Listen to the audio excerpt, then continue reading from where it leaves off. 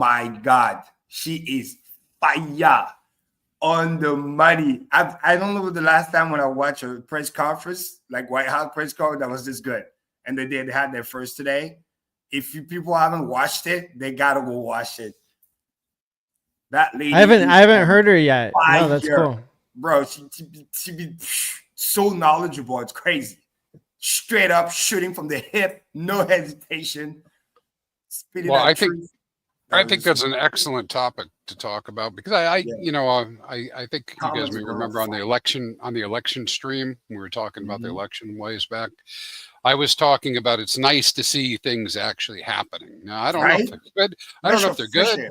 I don't know if they're bad, but it's happening. But before we go off to that, Maddie pointed out to me that the Pulse copy of Zen went up 6,000, 7,000% today, and now it's coming down a little bit. And this is not a call for people to go buy it, but there are many people who had Zen, the Pulse Chain copy, who maybe they can do something with it now. I don't know. You might want to make it stop. Sell it down.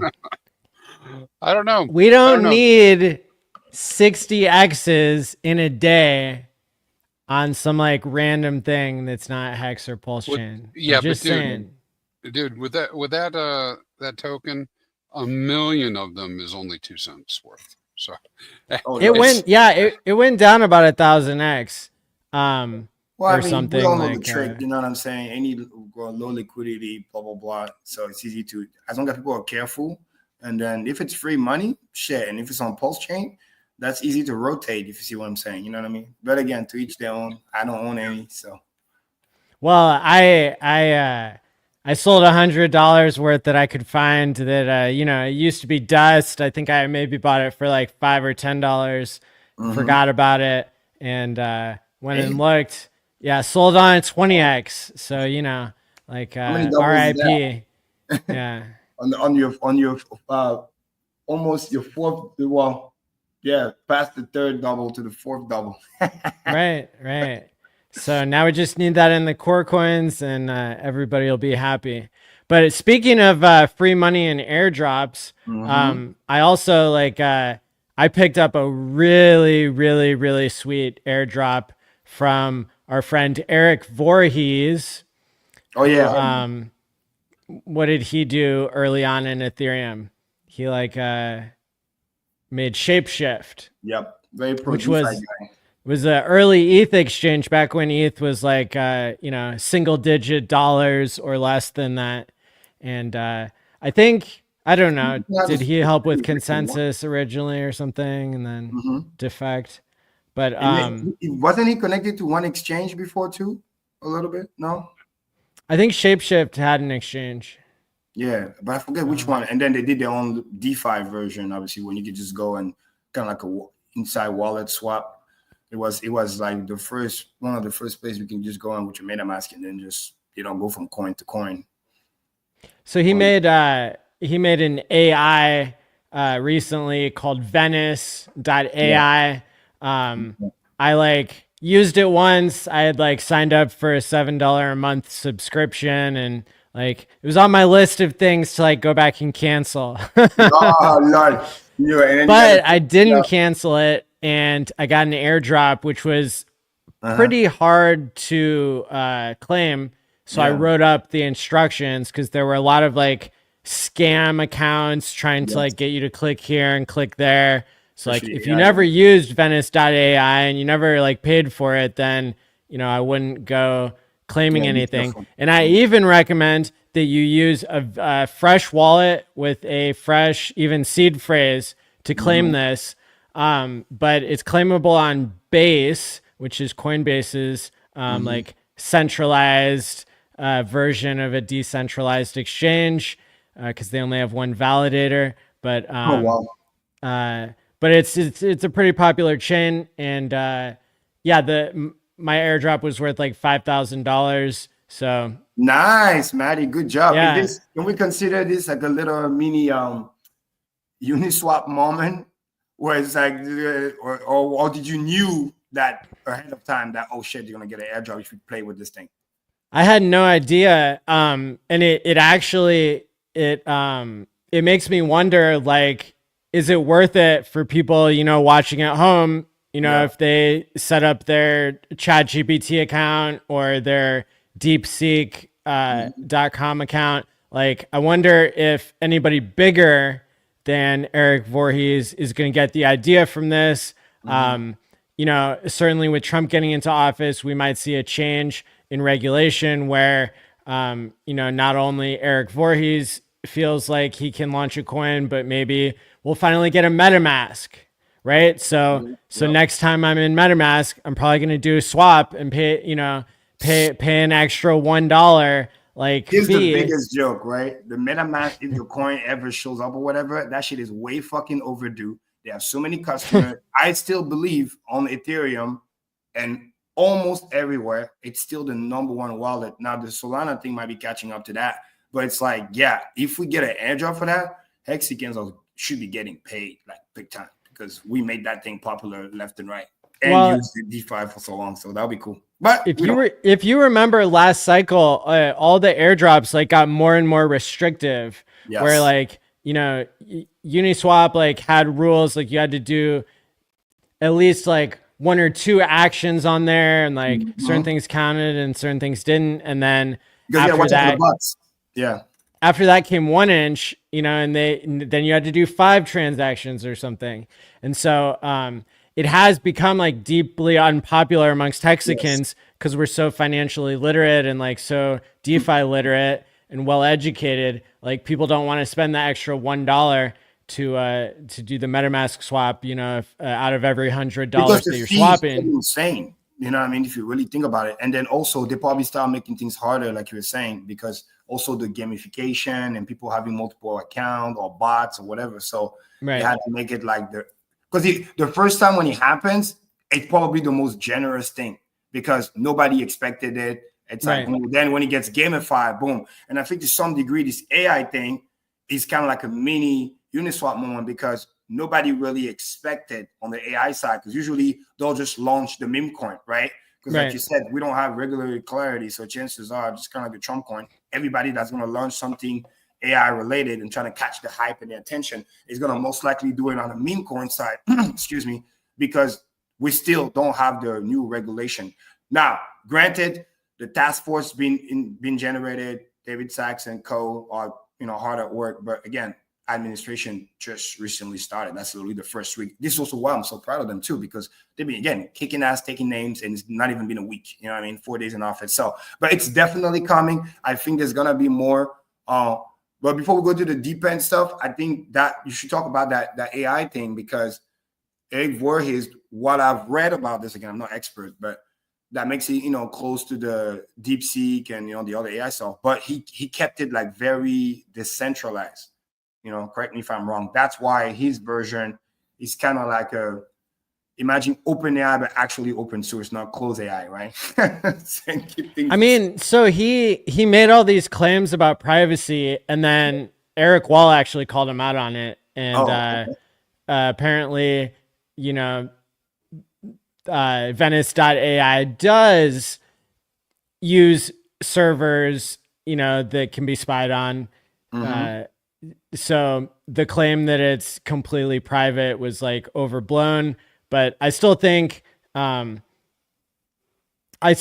there's an advantage there, to have basically it's called an AI wrapper whenever you can take a model like DeepSeek that came out. DeepSeek is the name of the website and the AI company in China, but their specific model that came out was immediately able to be basically imported into this Eric Voorhees version of Venice.ai, where you could at least run the same computation without the filters that the Chinese put in place and without giving the Chinese your data. Now, personally, I don't know which one I want. I don't want anybody spying on me. There's pros and cons of which one is going to send the corrupt SEC after me and which one is going to do some other weird stuff. But either way, I think this push for privacy is what's needed.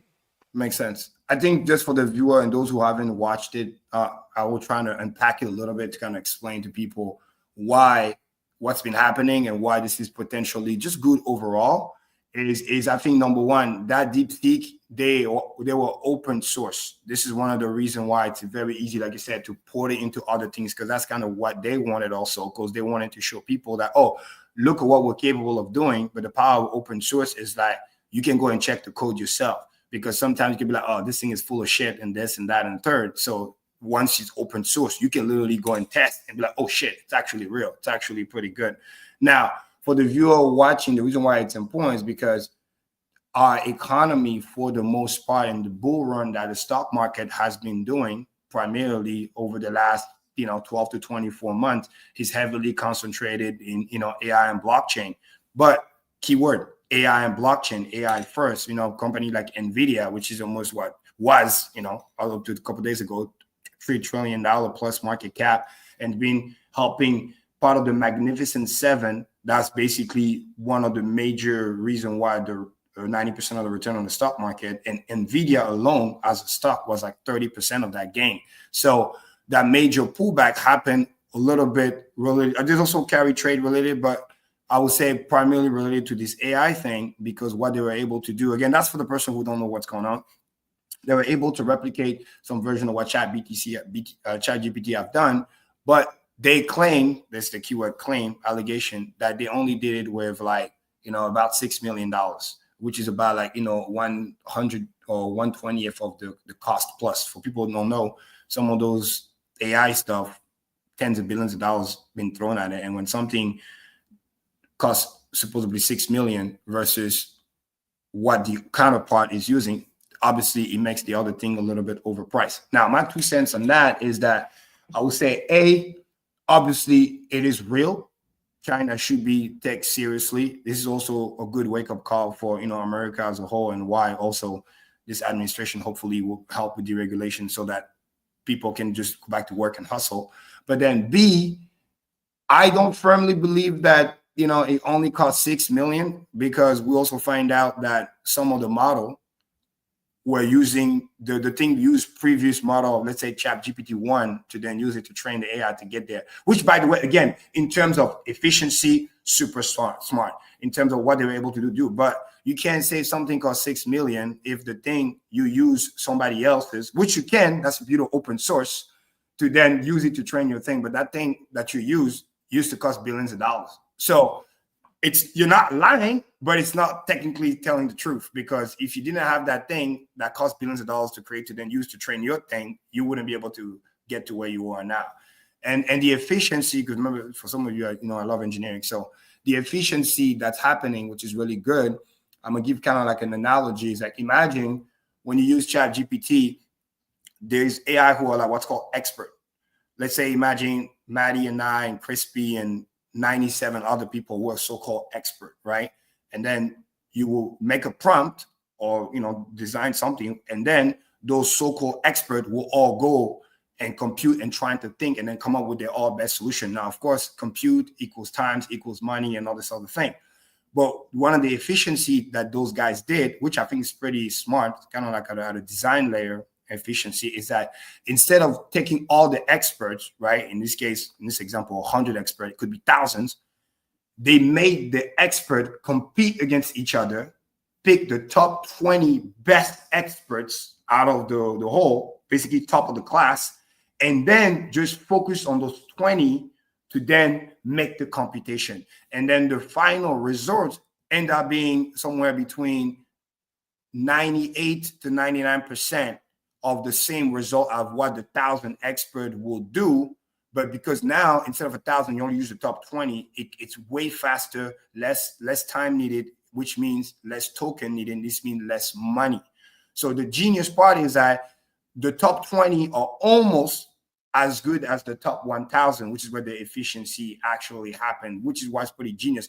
Imagine in blockchain talk, it's kind of like how you have over decentralization, everything to like a small little PC and a phone, but then it's super slow. And then you got delegated proof of stake where it's like, well, we're still decentralized, but we're just going to pick the top 20, top 21 validators. I see the parallel there, which is really cool. So that it's a little bit centralized compared to the everybody everywhere, but it adds that speed that allows you to scale without sacrificing too much the decentralization. I hope I'm making sense. But that's mainly what the AI did in terms of the design efficiency, which is really powerful.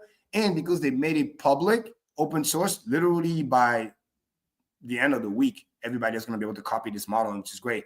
And what that does is that, imagine you had an old version of the AI or old version of the machine that NVIDIA has. Now you just got a 5 to 20x boost, so you can use an old machine to still do what some of the newer machines are able to do. So everybody is getting that efficiency, which overall I think is going to be great for the space, great for AI.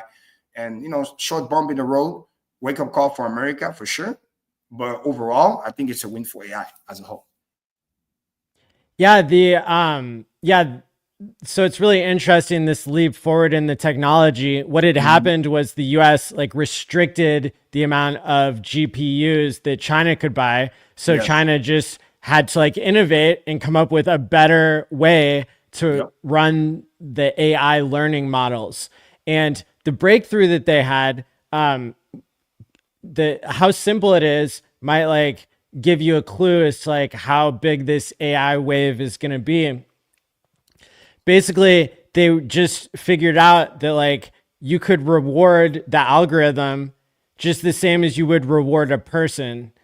To where it would be more a incentivized based reinforcement learning instead of just basically brute force learning. And so it's really interesting. And they took kind of a combination approach where they rewarded the AI for its structured approach to how it thinks about solving the problem. That's part of the reward. And then another part of the reward is getting to the right answer. But it turns out that the combination of both of those things is what made the breakthrough. And if you use deepseek.com, the Chinese will be spying on you. And it'll actually show you all of the reasoning that it does before it gives you the answer. And the reasoning is longer than the answer. ChatGPT would block you from that. And so I find that particularly interesting. From a psychology point of view, that the first breakthrough that we had in this AI revolution is, oh, hey, there's kind of a secret structure to our language that helps reveal the answers to questions without just having to search for it. It's it's basically the next word prediction. And that's why AI is really good at drawing stuff, because it can predict the next pixel, just like it predicts the next word, which is that's a lot to get your head around. But so in some ways it's very simple. But I was talking to an AI expert in my extended family, maybe about 9 months ago or something. And he said that he was he's kind of a super genius. He was having to suggest to AI researchers on this wherever their decentralized forum is, where they download all these models, the Llama open source stuff. And basically their code was so bad, this was even 9 months ago, that they weren't matching the algorithm to run on the type of computer that it was running on. And so that he was just suggesting, hey, maybe we should if a computer has a lot of GPUs, maybe we should use them. And literally they hadn't thought of that yet. This is what's also fascinating about this technology for people to understand. It's like if we were to look at a baby, although we're making crazy quote unquote progress in AI, but imagine the baby is barely born and he's crawling. He hasn't even learned how to walk on 4 legs yet, let alone on 2. So it's just it just goes to show.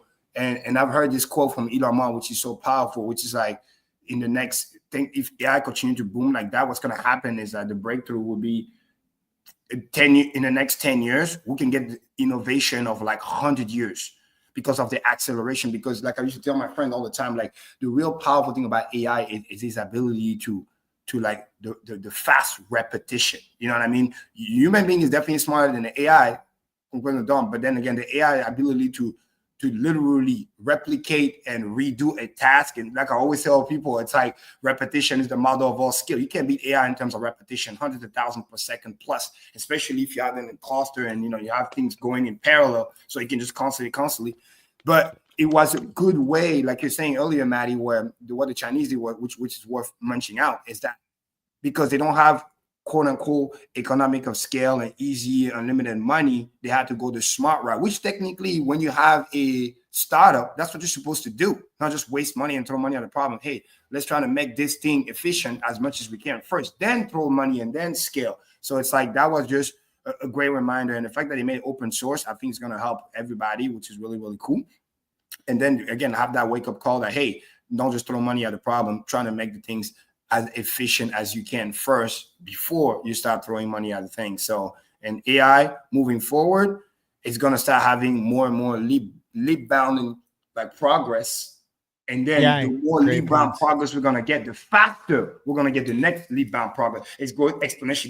That's why it's hard to fathom, because it's like we're going to make a breakthrough, and then the next crazy breakthrough to the same level is going to happen even faster. Because then, like you were saying earlier, for people watching, it's like, imagine the AI is learning from people, learning from history and the data that you feed, but then it's going to get to a point where, like in this example, the AI got to learn from other AI.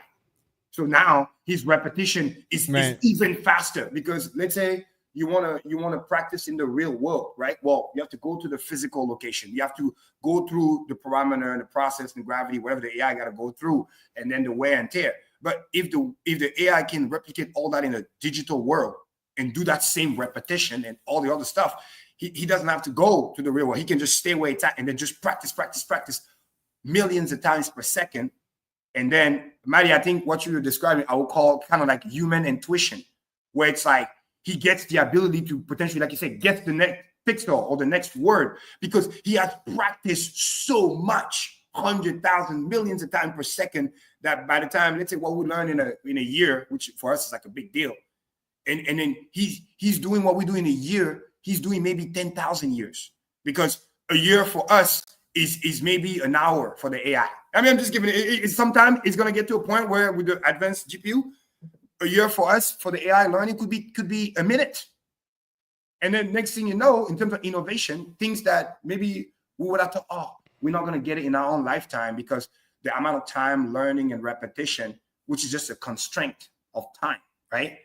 We won't have that constraint anymore, because the AI can kind of pull the future into the present. I hope I'm making sense. People watching, but this is why this is so cool. Yeah. Thoughts?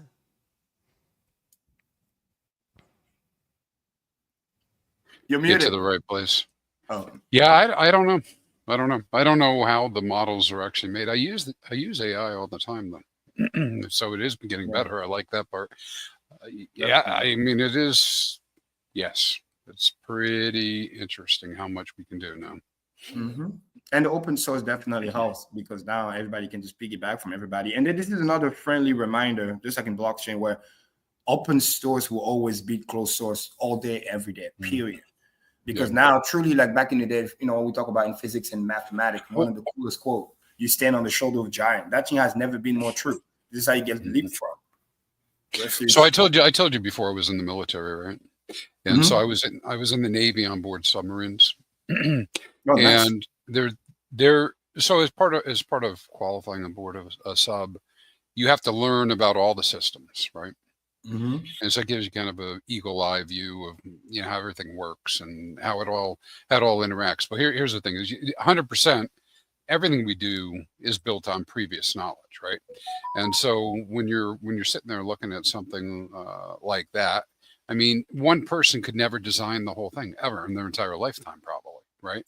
Not down to the detail that you needed to do. So you needed many people, lots and lots of information, lots of technology, right? And so when we start looking at AI in particular, right, it's really like, I know other people have already said it, you guys said it, it's an information revolution, right? Yep. It's new information. If you go back, or new ways to communicate and inform, and if you go back into our most recent history, right, the last couple 100 years, that has always been like a huge step up. The telegraph, the telephone, computers, blah, blah, blah, right? And all this other stuff. Now, yeah, of course, I get why people are quite fearful of how it might take away jobs, because it will, right? I mean, it's already taken jobs away, right? Yes. In a lot of different ways. But it does free you as a person up to innovate, to be creative. Because, well, certainly the AIs can ideate, this idea of creating new ideas, but I think humans still have a really good place there as far as imagination. And so from the ability of being able to go through and just ideate on new things and apply your creativity. And I don't have to learn, how to build a car in order to envision a car, right? Exactly. Or anything else that you're doing. Anyway, I think it's awesome. No, it's pretty awesome. And again, it's a continuation of, again, what we have been doing for hundreds and hundreds of years. And we can see that history the same way where, when we left the cornfields and all this other stuff, because innovation came in and we can, put something behind a cow, and then next thing you know, 80 at the time, right? 80-90% of the population, oh my God, wow, we don't need to do this anymore. And then boom, it looks scary at first, and then boom, they go find something else to do. Same thing where, Henry Ford, then the car comes in, oh, we don't have to do horse anymore. All those other people, they got displaced. Imagine all the people, their job was like either to have a caravan or whatever, or kind of run security, and all the horse that got to go with there, all this protect. Now you don't, the guy has a car. They were probably feeling the same thing. And then guess what? They went in and innovate. They used the technology, and then now they find a way to just kind of have a symbiosis with the technology to use it to their advantage, and then move on to the next best thing. I think same thing with self-driving, same thing, whatever AI is going to be able to do. And AI is not just going to be in the obvious place that everybody probably heard about the most, which is, disrupt transportation, because that's where most people could be displaced from, because a lot of people like around the world do as a primary work driving. But then you're going to have AI disruption even in a medical field, AI disruption in basically almost anywhere. And then I'll even dare to tell everybody, whatever you think that you're doing right now, find a way to incorporate AI. AI is like what social media was, in a way 20 years ago to some degree, because you kind of know it's coming. You kind of heard about it, like our parents, or or not grandparents, that's probably too old, but definitely our parents were like, oh yeah, this internet thing, I just want to stay like analog. Like, no, you want to learn about this thing now, because you can't stop it. It's coming, but it doesn't have to be bad. If you learn from it, learn how to use it, then you can use that to your advantage, like learning social media and stuff like that. Like if I were to have kids or you're younger, I'll be, start learning this stuff. And it's so cool. Let's say you don't know it's okay and it's scared. You can literally go into ChatGPT and then you type it like in the AI. Hey, how do I use you? How do I literally? And it will give you an example. I tutorial how to do it. Like literally, you can ask the AI how to use the AI. It will give you an answer. And this is the secret. When AI gets to the pinnacle, questions are always the answer. Let me say it again. Questions are the answer, because the quality of answers you get, whether from the AI or just human being, are always depending on the quality of the question you ask, which is why questions are always the answer.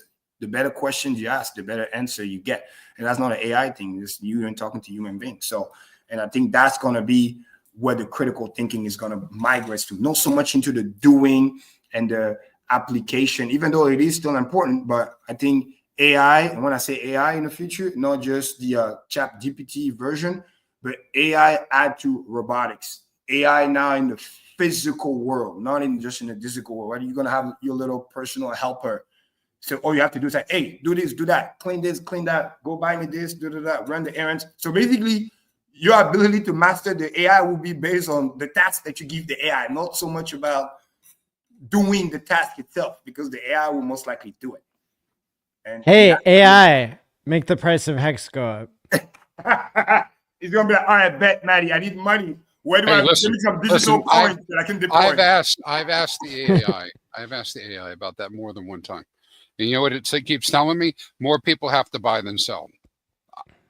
Weird. Oh, I read something funny earlier today. I don't know how that goes, but that's how it is. They were asking all three AI from ChatGPT, Deeps, and whatever, saying, what's the end of the bull market, this cycle or whatever.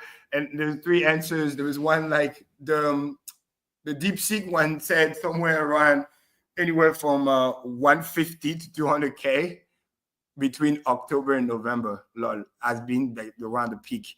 The Chat GPT said something around like summertime, and then the price was somewhere, if I remember correctly, anywhere from 100 to 130K, and then the other one, because there's another company I forgot, was like 140 to 160,000.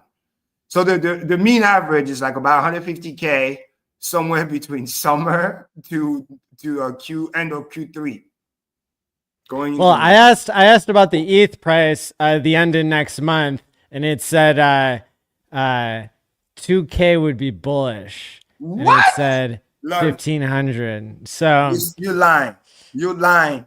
I posted it, man. Wow. I wish I was. Inverse head and shoulder. What is wrong with this guy? So hey, I'm we'll not selling all my ETH, but did you ask DeepSeek? Which one did you ask? Good question. I think DeepSeek wouldn't answer it, and ChatGPT gave me the worst answer possible. Lately, and especially last 3 months, 6 months, there's so much negative about ETH that I wouldn't understand why the AI gets a little swayed. Well, but he doesn't you gotta be contrarian, sometimes. I saw earlier today they're thinking about making the blocks bigger.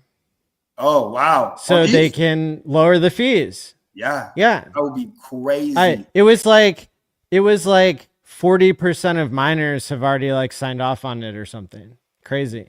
No, this was from a reputable source. And so it's like, wait, hold on. Okay, so you want to make the transactions cheaper? Well, what's that going to do to the price? Like, I thought the whole point of ETH was you buy it. The price can go up because people need to spend ETH in order to do transactions. So, I think they're having, a crisis with and this has been happening for years where, they don't want people to have to pay $500 per transaction, but also they don't want to destroy the value of the token.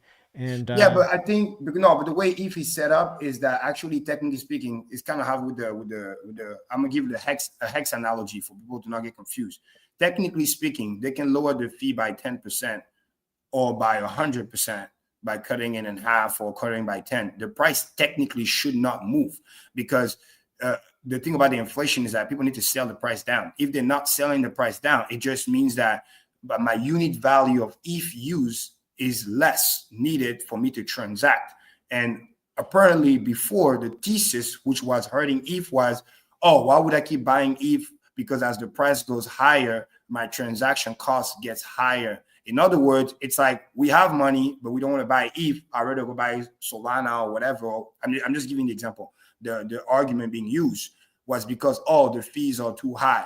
When in relationship, it don't really matter in terms of the price as long as people keep buying. So I think what they're trying to do is to remove the argument of gas fees are too high, because if all of a sudden, and I'm just being real with everybody here, if all of a sudden ETH had the same gas fee cost than Solana, it will blow Solana out of the water, because everybody knows that, wink, wink, Solana is not really a blockchain. They can stop at any time. Big money still favors pure decentralization. Money can't be stopped, blah, blah, blah, because we're talking about real billions of dollars. ETH is still the second biggest market cap. So big money don't care so much about the fee because they can afford the fee. That's just the reality. So it will just be a good narrative to attract, quote unquote, the little guy, because for big crypto to go up a lot over time, and memes are the testament of that, is that you don't just need the big money. You need the big player and you need the little player, because it's an attention economy. Like somebody will say all the time, it's literally the community is the value. But if the community is 98% or 99% people who care about gas fee, rightfully so, because they don't have the same amount of pocket money as the 1% and the hedge funds and the whatever, then you need to find a way to make them come, right? Build and they will come. But then if you build they're thinking about coming, but they heard about somebody else across the street that also built, but it's 10 times cheaper. Well, they're gonna go over there. So in other words, this is for better or worse, Maddie's right. It's a little bit of an existential crisis because it will raise the question: if you're thinking about doing it now, why didn't you do it before? But at least it shows that a little bit of leadership, they're trying to do something. That's what I'm happy of. Please do something. Don't just stay like. Well, I think the reason why is because most people realize you can't do business on ETH, right? And so either they're going to embrace we're the second Bitcoin store of value idea, or they have to make it cheaper for people to operate. I can't run an app on Ethereum. Bingo. I mean, and have 10,000 people interacting with it, right?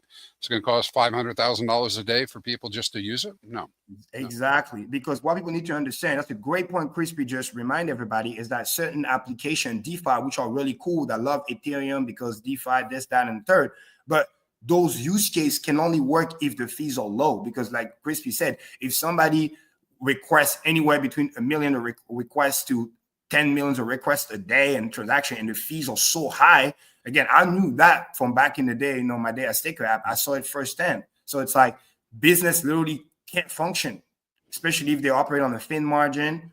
And now you got to deal with those fees.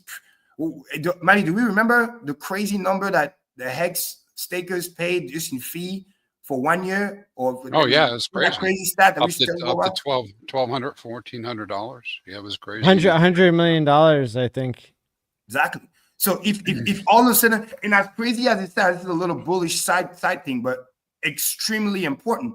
If that fee were to lower by 40%, 50%, whatever the number is, lower like crazy, all of a sudden, you can start asking yourself, why is EHEX so cheaper compared to PHEX?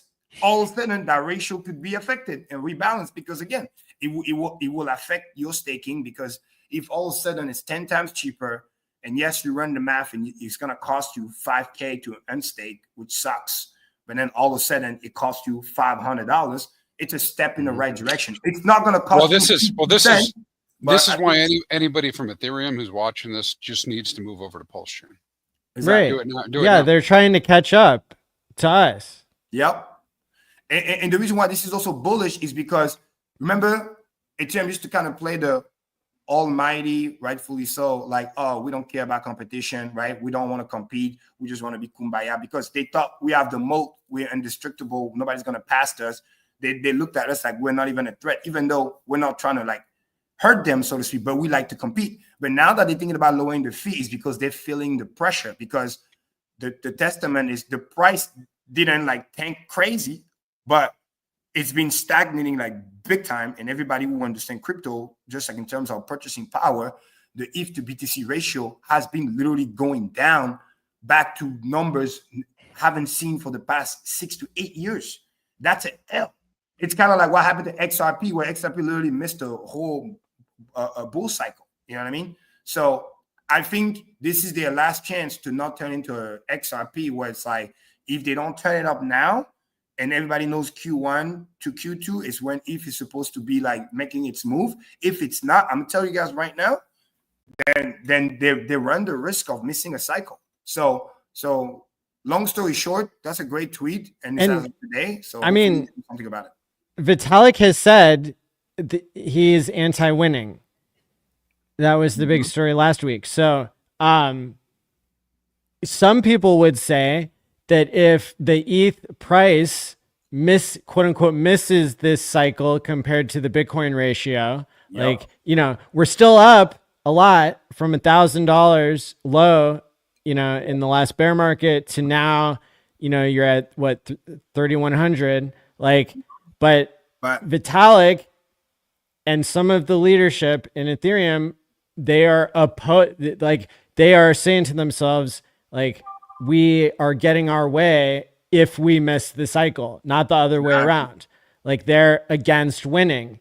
And that's another way that Pulse Chain now, like, it's very clear, that might have been like the part that wasn't said before, but now it's been said that Ethereum is anti-winning and Pulse Chain is pro-winning. Richard even tweeted it, to emphasize this. And that's the power, once again, of open source and playing the You want to rest on your laurel. This is one of my favorite books that I read before that I love, related to, computer and everything like that. It's like, only the paranoid survive. That has never been more true. The moment you rest on your laurel, the moment you think, oh, I can never be beat, I can just stagnate. No, you will get replaced. It was a time XRP was solid top 3 coin. And then boom, look at what happened to them. You know what I mean? They got really, really good. I mean, they're kind of coming back, but still, this already shows you that if you miss a cycle, and then the next cycle, it will affect you even more, because everybody else going to keep pumping and you didn't pump last time. So if I get close to you, then I run the risk to actually pass you in market cap.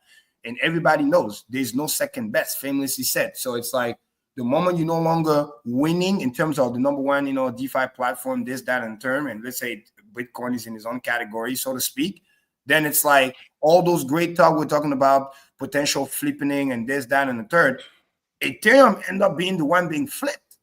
That could also happen. So that's why, again, for better or worse, I want to give them a little bit of credit for not just being like, deer in the headlights and trying to do something about it.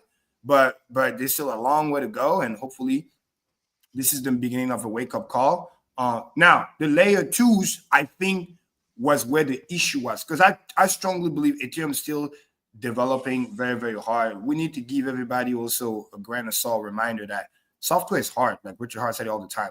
It's not easy to just wake up and like, oh, technology is going to get better. Like Elon used to famously said, like, somebody need to go work on it. It doesn't just get better. Like, somebody got to make it better.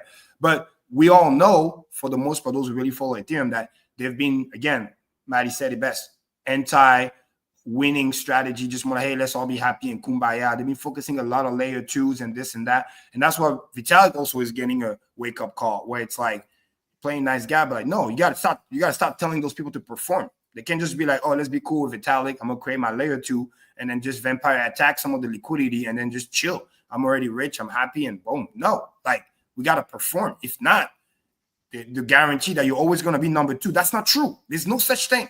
There's no such thing. Doesn't matter how much of a landslide you have. Tortoise and the hare, right? What happened to the hare? He thought he had it in the back, right? It's nowhere this tortoise is gonna come back. And guess what? It did. So this is a great reminder. Hopefully they put the fire under their ass and then they start cooking. So I've actually got probably like 5 news stories to share. And if you guys want, we can just go around the room and each give a comment about them as we educate the audience on the second juiciest news in crypto here. Please do. Roger Ver came out with his plea to to Donald Trump, asking whether he can be pardoned. Part of the drama was he renounced his citizenship, but it was because they were using lawfare against him from something he said when he was in college. Exactly. And they did throw him in prison for over a firecracker situation. He was the only one that they went after because he made a comment about how the ATF were murderers. And so that created a personal vendetta. So Roger Ver is identifying as American. He needs, and it doesn't, I don't think it matters if you're even if you gave up your citizenship because you were being persecuted, that doesn't mean that the U.S. should unlawfully come after you. They illegally read his privileged emails to his lawyers, and it showed that he didn't do anything wrong. So this whole case is made up about tax evasion. The cost of the Bitcoin when he gifted them to his girlfriend in Japan was $14,000. Total for all the Bitcoin that they're claiming now he evaded taxes for hundreds of millions of dollars. It's completely made up. He released a documentary. There's 20 minutes that kicked ass. I played it on my YouTube channel. What do you guys have to say? Well, Chris, you want to go first or I'll go first? Yeah, the truth, I hope, will set him free. I do like the idea that Mr. President might be like Iron Man or something. Let's see if he responds to this. I'd like to see it. So Elon, as Trump's proxy, said no to Roger after he released his first video earlier this week. He said Yeah, so that you lose your membership if you leave the club, basically saying you're not a citizen anymore, so we're not going to help you. Yeah, and then a couple of people, for example, Colleen Talk Crypto, I think, and even Gary from the engineer, some people in the community were able to also hop in and give a little bit of context, because what it really comes down to is that I want to remind everybody again, this is crypto as a whole, that again, this is Roger fucking Ver we're talking about, one of the biggest advocates for Bitcoin, period, cryptocurrency, decentralization, peer-to-peer cash, like what really we obviously stand for, you know what I mean? So obviously the guy's not perfect, but he's been fighting persecution of government since he was very young. You know what I mean? It's just crypto was just a continuation of that. And like Matty perfectly said, at the time, that was his only way out, so to speak, to try to fight the persecution. So it's not like he hate America or what America stands for. No, actually, he's one of the big defender of what America stands for, right? First Amendment, Second, Fourth Amendment, all those key stuff. So, and I think what this documentary does, those extra thing in the light, is a good thing to provide context. So I'm not mad at Elon Musk. The guy is super busy. He don't really know Roger Ver. We probably just halfway read the thing and then, oh, the guy is no longer American. All right, cool. Why help him? Because remember, it's called America Great Again, right? Agenda type America thing. first. Exactly, America first. So the moment you start by, boom, oh, no longer American, I can understand why the optics looks bad.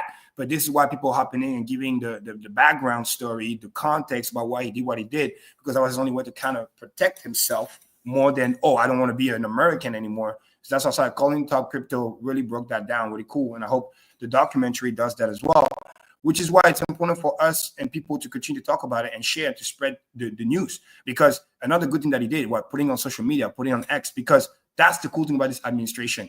Trump himself or the people near the cabinet, they will pay attention. They will read. They will at least give you a chance. Today, when I was watching that first press secretary conference, the coolest thing about it was, like I said, she was badass, on point, very knowledgeable. It was fucking refreshing. I couldn't even remember the last time I was like, oh, let me watch the press secretary, what the president has to say today, or what's the agenda. It was imagine like getting an executive summary about what's going on, executive order in place and recap and no BS and straight to the point. It was that good.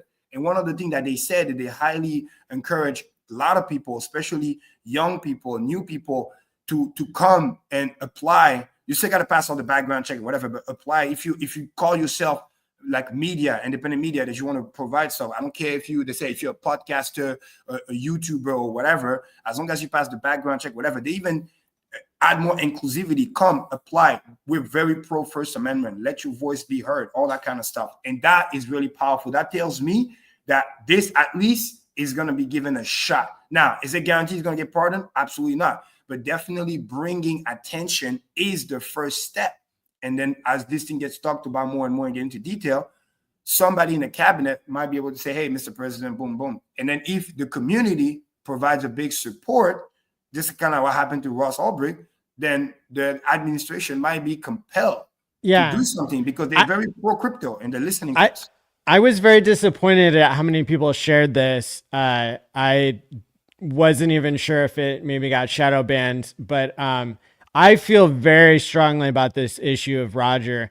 And, part of it is me recognizing that the Bitcoiners, they aren't helping this guy. They're actually trying to hurt him because he didn't pump their bags and because he had a different way of doing things. Well, look, in crypto, that's part of the game is like, like if somebody makes something good or like if somebody is an early adopter, I think there's still loyalty there.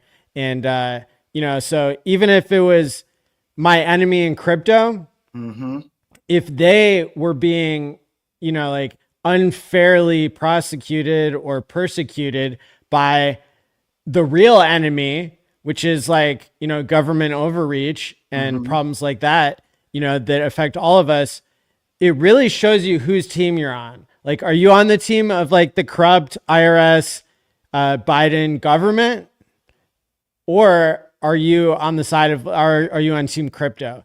And I've been very saddened by how Team Crypto doesn't stick together in cases like Rogers. Basically, look, 109 years he's being sentenced to because he sent $14,000 worth of Bitcoin to his girlfriend, which like was legal at the time. He had three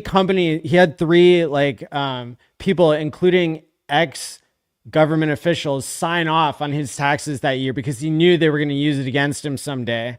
This is back in like 2011 or 2014, somewhere in there. But basically 90 of the 109 years that they're trying to put him away for is for mail fraud. And what is the nature of the mail fraud that he did is because the IRS rejected his taxes. And so he had to send them in. He sent his taxes in 3 times. And so they're charging that as 3 felony. Which is nonsense.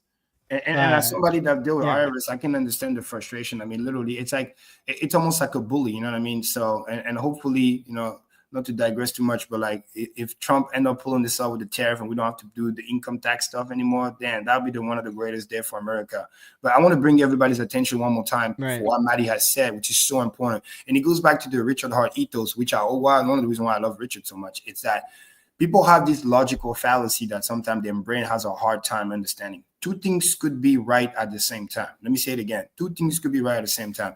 You can have a individual disagreement with one person for, you know, whatever quote unquote coin that they stand for and this and that. And yeah, like I said, Roger Ver is not perfect. And then the controversy, Bitcoin Cash, you know, Jihan Wu, all this other stuff. True. But that doesn't mean that the guy, again, is not pro freedom, no pro all those other cool stuff that we stand for in crypto. Things that Richard Hart famously said, I'm here fighting for your rights. You know what I mean? He's fighting for all the crypto. Even the people that have been literally cursing at him for years, calling him names, scam, all this other bullshit, whatever, because he understands the bigger picture. He understands that, again, 2 things could be right at the same time. You know what I mean? I'm going to help those people because indirectly, like, well, I forget the name of the quote, but the quote goes like, first they came from my neighbor, whatever, and then eventually I'll be the only one, and then they'll come for me. So it's like you need to understand that some of those things, you feel, oh, that's them, sucks for them. No, eventually it's gonna come and get to you, which is why from this tweet right here, again, it's very important. Number 1 and number 2. Let's read that out loud. I think it's very important. Whether you like Roger Ver or not, that thing still applies. If you Kareem, I gotta say the quote that you just mentioned in Roger's documentary, he says, I can't remember who said this. And then he gives the quote that you just said, just when you said it. That's so cool. You see, pendulum. See, yeah. No, because it makes sense. Because it's so true. I used to say this all the time. Like, if your money can be turned up, you're not a free man. Remember, I used to tell people all the time, like, yo, even those exchange, be careful. Treat them like a public restroom. In and out. Don't leave too much money in there because you don't know. Maybe one day they don't want to let you in anymore, or one day. We gotta play. All right, there's like, I feel like there's like a 2-minute clip here, maybe like a minute and a half. But you have to hear like how, because when she says these lines that I'm quoting, it like you know, it just blew me away. So let me share this. This is good content. Because it does go to like exactly what we're talking about with all of our ethos and what we stand for. Share it once it's loading. So yeah, it's like those are the key values of what we stand for crypto. So again, we're not saying, hey, love Roger Ver today. We're saying one more time, 2 things could be right at the same time. You can have disagreement inside the crypto sphere about what the person has done or this, that, and the third, but you can still stand for his individual freedom and all the things that, again, what makes America great. Those things, because what he's being attacked for is literally like not just, and it's bad. And if we let that slide, that's a license. It sets a precedent that might come to us for the same thing. So it's very important. Yeah, somebody saying in the chat, good, Team Crypto. That's what you got to be. You know what I mean? You don't have to be Team Roger, but you can be Team Crypto and still support the pardon. Go ahead, Manny. Okay, I found a better way to share it. It's going to take like a few more seconds, but yeah, Roger even, I mean, he submitted a video for one of the Hex conferences. I think, 2 or 3 years ago. He did. And then he also, this year he said, he was sad that he couldn't participate because he was dealing with his lawyers so much over this, but he was thinking, like if he's free next year, he'll probably speak at the Hex conference. So that's a big deal. Like, and I think that's what makes us a great community, that we keep reminding people that we're pro real crypto, and anybody that's pro real crypto, you know, especially coming on Pulse Chain, will understand, right? You know, like what's the cool line from Sam Nee? Welcome to Pulse Chain, right?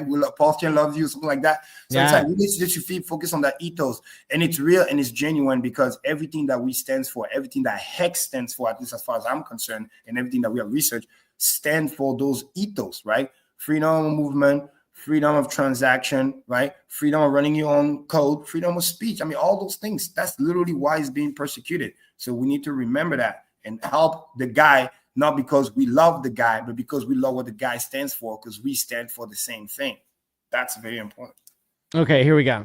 Taxes after earning $240 million trading cryptocurrency. If you want to build a system that allows for freedom, the most important element you can have besides freedom of speech is freedom of transaction. And so imagine a world in which every single financial transaction you make is tracked and recorded. And not only that, but if they don't like what you're spending your money on, or if they don't like the things that you're saying politically, they can prevent you from spending your money. That's a scary, scary world to live in. For many people, the first time they ever heard of debanking, of freezing of assets for politically wrong speech, was the Canadian trucker protests. As of today, a bank or other financial service provider will be able to immediately freeze an account without a court order. If you are involved in this protest, we will actively look to identify you and follow up with financial sanctions and criminal charges. Banks have already started to freeze the accounts of people involved in the protests. If your money can be turned off, you are not a free man. So as we're recording this, we are... Wow. Damn, so good. Let that sink in, right? Money, you're not a free man.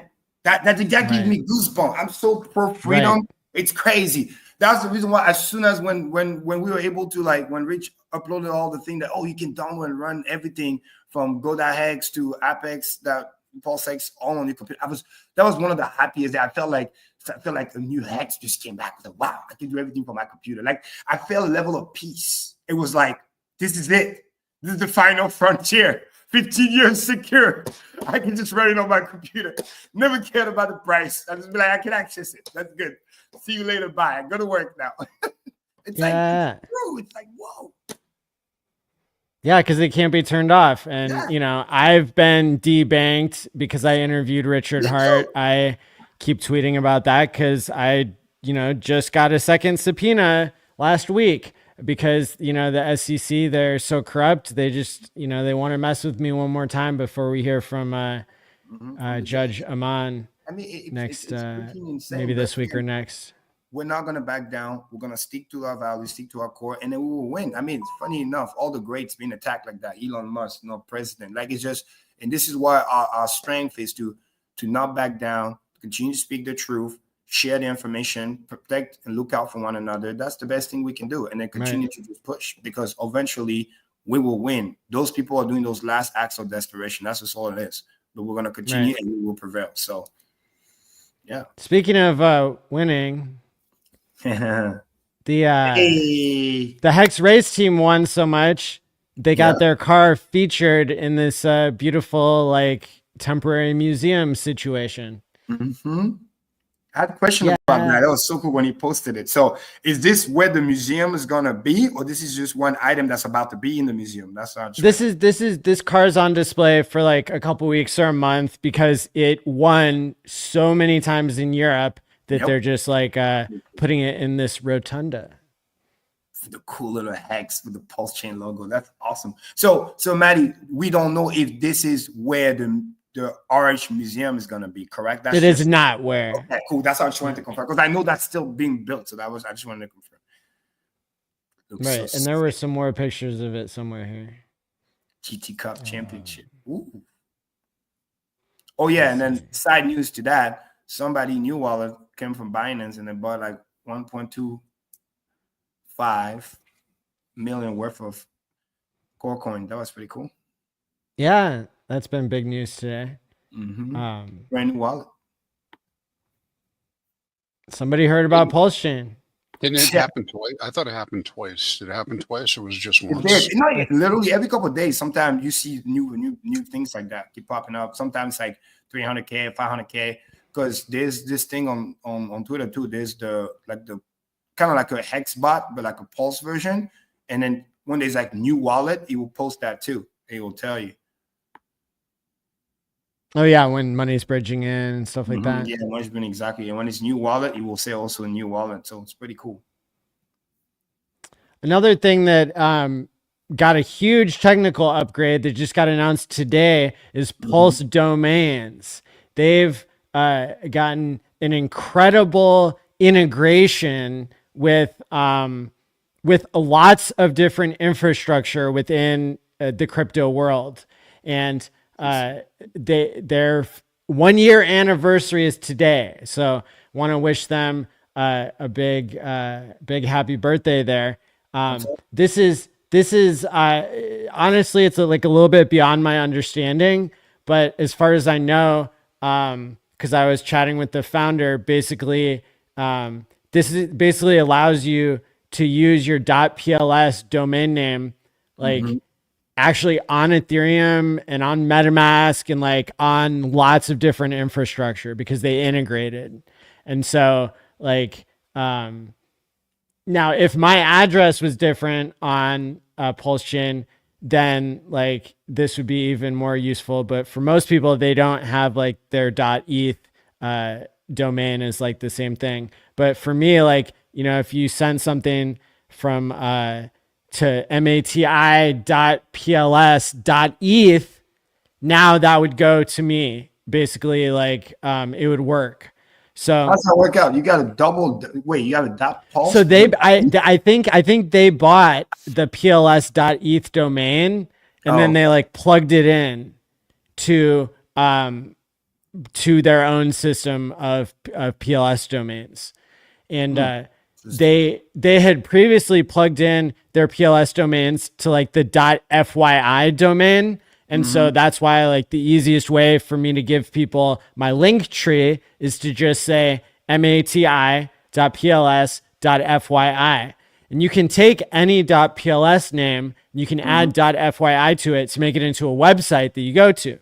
And yeah, so there's, but I think, yeah, Matty, I wanted to ask you, can you summarize a little bit for the viewer, let's say a new person watching this, what are the core benefits of getting a .pl or .whatever domain? Like, why would somebody be interested to do something like that? It's like basically you can use it as a link tree. It's the it's a fork of the Ethereum name service, and so that makes it so that your like long weird address that's like 0x whatever ABCD random numbers and letters turns into just something smaller that's more manageable, like your name or your online ID.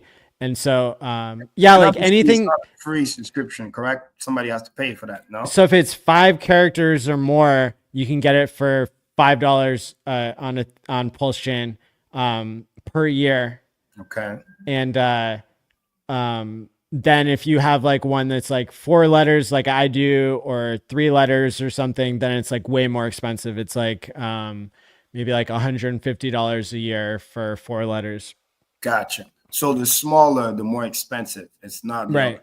Okay. And that's how it is on Ethereum too. But basically, yeah, it's an easy way to have a donation address.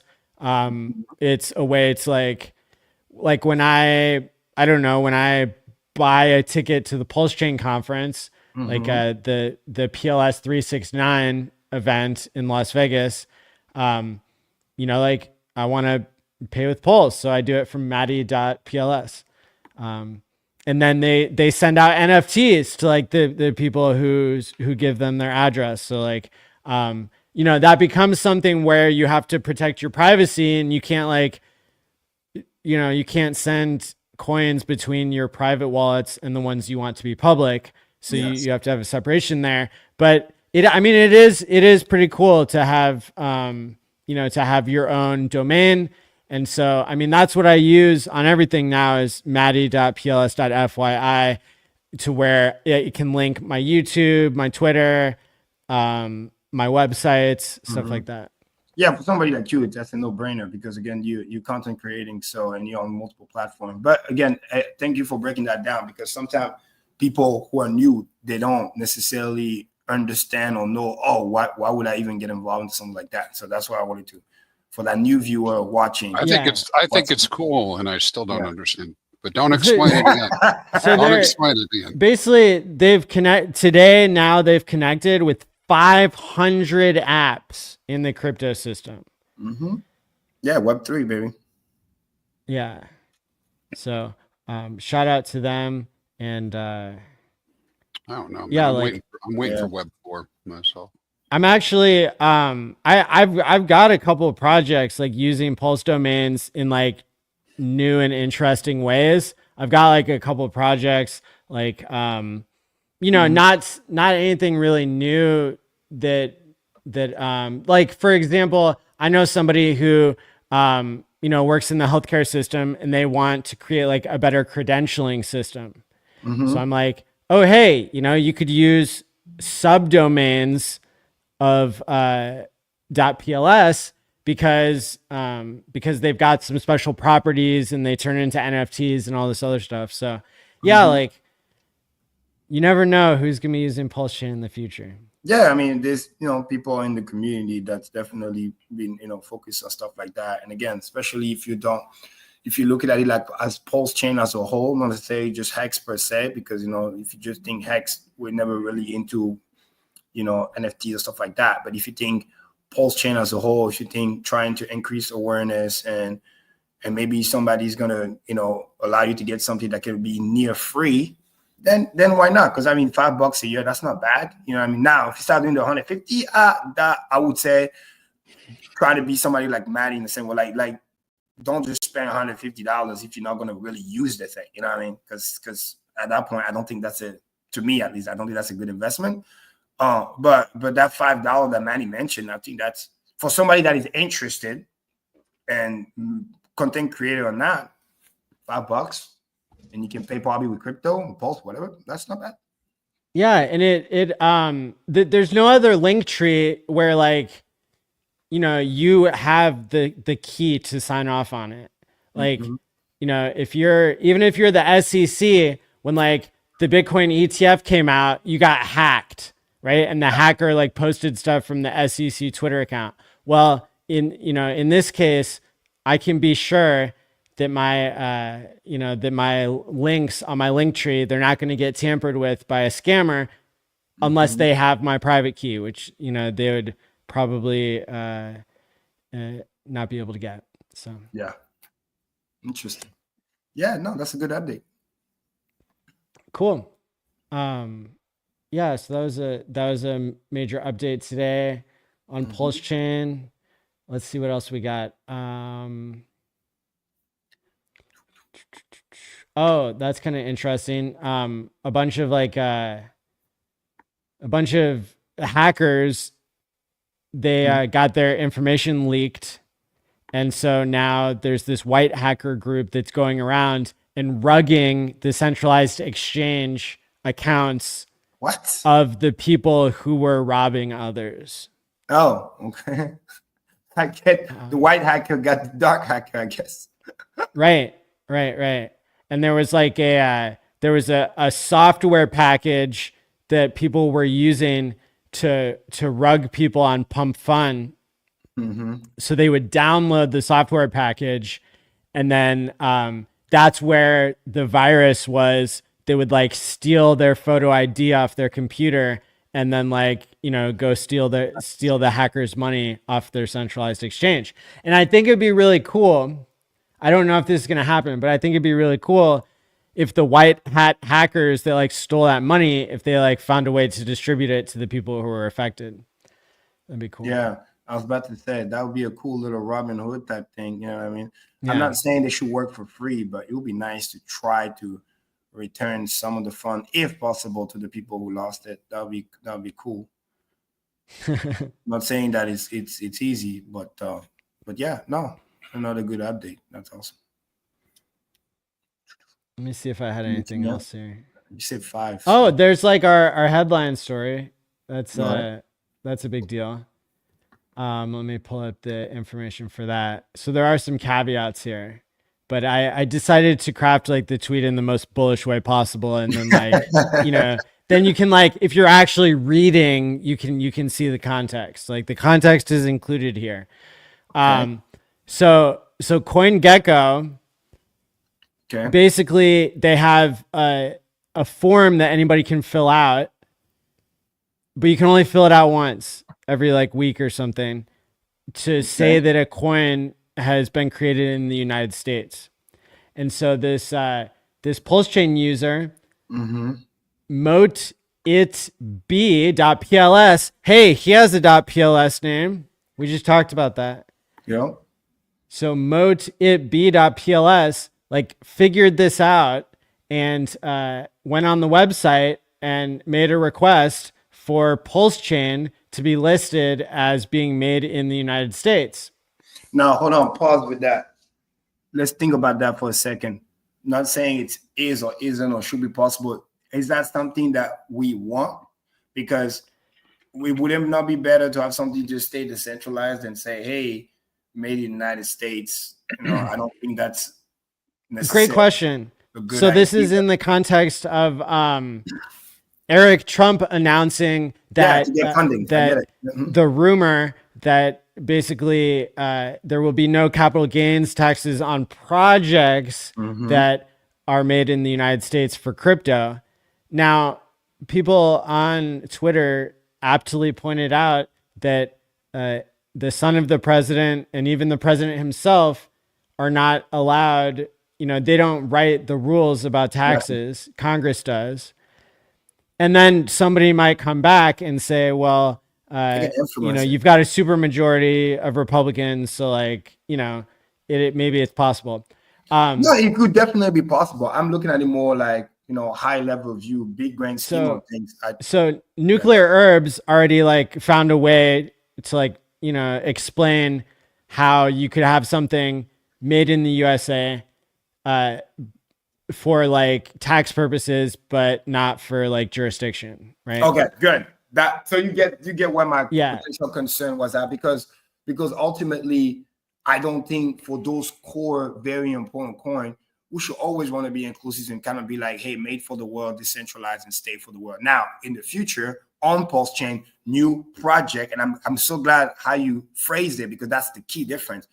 Projects, when you say, cool, you want the funding, all right, made in America. But I think, for example, Hex is a product, not a project, sorry, finished. And then Pulse Chain as a whole, if we look at Ethereum as a whole, which is a fork from, I don't even think people will say, oh, Ethereum is made in USA. They'll just be like, no, it's just decentralized, created for the world, to be in the world and not have anyone's location. But if you said there's a way to make it pro-America, because we have American users, right? So we can benefit from that. And that's American ethos behind it, like freedom of speech, freedom of transaction, cool stuff. So let me finish explaining, like, because the part I wanted to be really clear about in like the deep dive of this podcast versus like what you just saw in the tweet is that like CoinGecko, quote unquote, certified Pulse Chain is made in the USA because anybody, including this user, like just said, hey, this is made in the USA. So like it's just because somebody filled out the paperwork and like the paperwork isn't like very careful. Oh, gotcha. Okay. Like a tongue site thing. Okay. So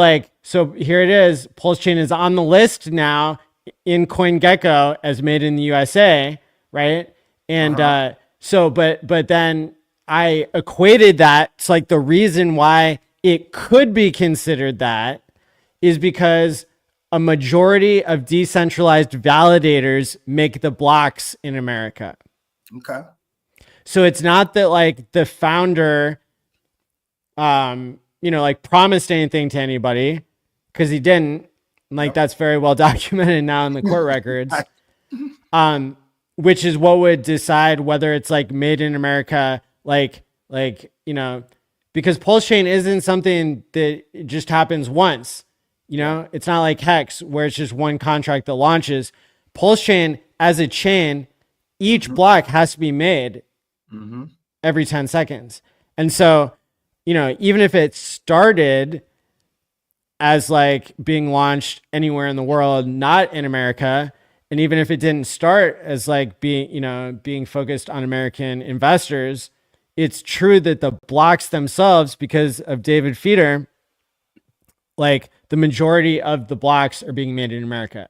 So, so shout out to Nuclear Herbs for actually like having that kind of angle on it, which I wish I had his tweet here, but I don't have it. Nuclear Herbs, a good G. He'd be dropping a lot of good content for sure. And I think that's really the key emphasis, is that the phrasing is important, because you could be, again, pro-America, pro-choice, again, what America stands for, without, quote unquote, being born or like made in America, so to speak. So, but that's really good. And then in terms of just ranking sites, I think that's something worth mentioning in terms of it's going to add visibility. And I think for that, Maddie, that's a great point. Okay, I found the tweet from Nuclear Herbs where he like suggested this angle, and it totally makes sense. He said like he could solve this problem basically in one sentence, and he's saying, if the definition of US based crypto was that on December 31st of any given year, more nodes or validators are located in the servers located in the US, then that's what it means to be made in the USA. Yeah. And I like the BTC analogy too. That's a good point. Yeah. Yeah. And it allows for any crypto to choose to move to another tax haven, and therefore specifically not legally to be considered US based for jurisdictional purposes. If the next president decides to upend the apple cart and starts messing with crypto like the Biden administration did. Boom. Nice. Oh, I love it. He tagged the Trumps in the bottom with David Sack. That's so cool. Nuclear is such a G. He's like, yo, read this. Valuable. Right. Yeah, so David Sachs actually has a separate Twitter for his crypto czar role compared to like just his personal account. So I just started following that too. Which makes sense. That's a good point. Yeah, because at any time they should be dropping new legislation that they're working on from the executive orders, which is cool. And the crypto task force has been created. So no, this is really good. So yeah, Matt, is there any other like news, or should we transition to? So I think like one of the transitions that we could do from like this news segment to the macro is this question of like, earlier in the program, we were talking about how great it is when something's open source and when it's borderless and permissionless. So that's like one take, but then the other side of the coin is like, well, if we're already in this AI bubble, then like, is this, this DeepSeek stuff that came out on Sunday night, that might have been used by the Chinese government to try to undermine the value of like, the stock market in the US. And it worked. And so the, kind of the question on people's macro minds, I think right now is tomorrow we've got the Fed meeting. FOMC. And like, is it a good thing or a bad thing in the short term for our crypto bags, for our stock market, to have this hyper deflationary event basically that could lead to stagflation? Great point, Maddie. Thanks for the smoothest transition I haven't seen in a while. It's awesome, because literally that's the main thing I wanted to talk about today. So everybody, please pay attention. And also, if there's something you don't understand, I'm going to try and stay as slowly as possible. Please ask in the comments so that we can get this rolling. So I think a great point to start is to go back to where we ended the conversation with the DeepSeek, which is, again, great innovation, blah, blah, blah. They come up with a new model because with their constraint, resources, which is usually where innovation is created from, they're able to do this thing and kind of shock the world. I think this is the main thing we need to first focus on, because if they really wanted to play the whole, attack America, this, that, and third, then why the hell make the thing open source? You know what I mean? It defeats the purpose. I think what they really want to show is, look at what we're capable of, and then kind of bragging rights. We did it with almost no resources to show you that, hey, we can play ball too. Don't rest on your laurel, blah, blah, blah. And we're so confident that we're going to make this public, because another back story that add concept for people to grasp is that this company, DeepSeek, is actually kind of like a hedge fund. They're not even like an AI team. They're not like, you know what I mean, OpenAI or whatever. This was their side project. I repeat, their side project. It's not even the main thing that they do. They're just kind of like, you know, quants and do like hedge fund and investing, but just to show, hey, what's capable, and also showing the power of the NVIDIA chips, because basically showing that even with older model, look at how great productivity we can have. So I think that's important to first start to mention what those two things are. They wanted to show their capabilities, and they wanted to show that what's possible. Now, when we move that towards the stock market, it's important to remind again that, you know, stock market's been flying the same way where people keep telling you, oh, Bitcoin is so new. No, bull market's been going on since last year. Bitcoin was at 15K. Today, it's at 102. People are complaining, but not too long ago, that thing was like literally below 100K. Now we're complaining about 100K like it was 40K. So it's important to keep that in mind. Fantastic Seven, the Magnificent Seven, sorry, have been pumping the market. Stock market's been doing crazy return, better than bonds, whatever, crazy that has happened in a long time. And 30% of that was NVIDIA. NVIDIA did anywhere from a 5, I can't know exactly the number, but anywhere from a 5 to a 9x over the last 14 months. So it's important to understand that this was also and simply a take profit event as well. Yes, DeepSeek was a trigger to that, but this was the part where the market was already frothy, looking to get that last squeeze. And they were waiting because they know, you know, Trump going into office, executive orders, all the cool stuff, the meme coin, we're doing good. It's kind of like, you know, selling on the double. You're on your way to 10x, and you know that there's definitely a 10x in there. You at 7x, you're like, oh, another 3x, and then we're there. But then something derail your plan, and then everybody knows the stock market and Wall Street is famously known that when there is something like that panic, you hit the sell button, because again, the number that was thrown out, and again, we can argue whether it's true or not true, or maybe they were having some of those NVIDIA chips and didn't declare because of the ban. But the fact remained that whether it is 6 million, 10 million, or even 50 million, it's not billions of dollars. So when the market saw that, they had to do a repricing on top of taking profit, because the thing has been pumping for a while. So this is why this thing that's happened. And then to add insult to injury, we have had the carry trade unwind. For people who are new to that concept, is that Japan literally over the weekend, days prior, that's why things like FOMC and macro is important, because everything connect the dot, understand the plumbing. Japan has been raising their interest rate. And a lot of the money since the Biden administration, they were borrowing cheap yen, Japanese yen, to then move the money to America to buy assets with it. It's kind of like you get cheap money from the bank at almost 0% interest rate, so you can go play with it. Now, all of a sudden, when that thing goes up, you know, a quarter of a basis point, 25, whatever, we're talking, again, billions and trillions of dollars. It's a big deal. The cost of money just went up unexpectedly. So they had to reprice that money. So when you add stock market going very, very high, NVIDIA definitely leading the way, because out of the Magnificent Seven, they were literally 30% of the weighted average of what the production was coming from. You got that, plus you add the deep end, plus you add the carry trade. That's why NVIDIA had that sharp pullback, which is just a tech profit event.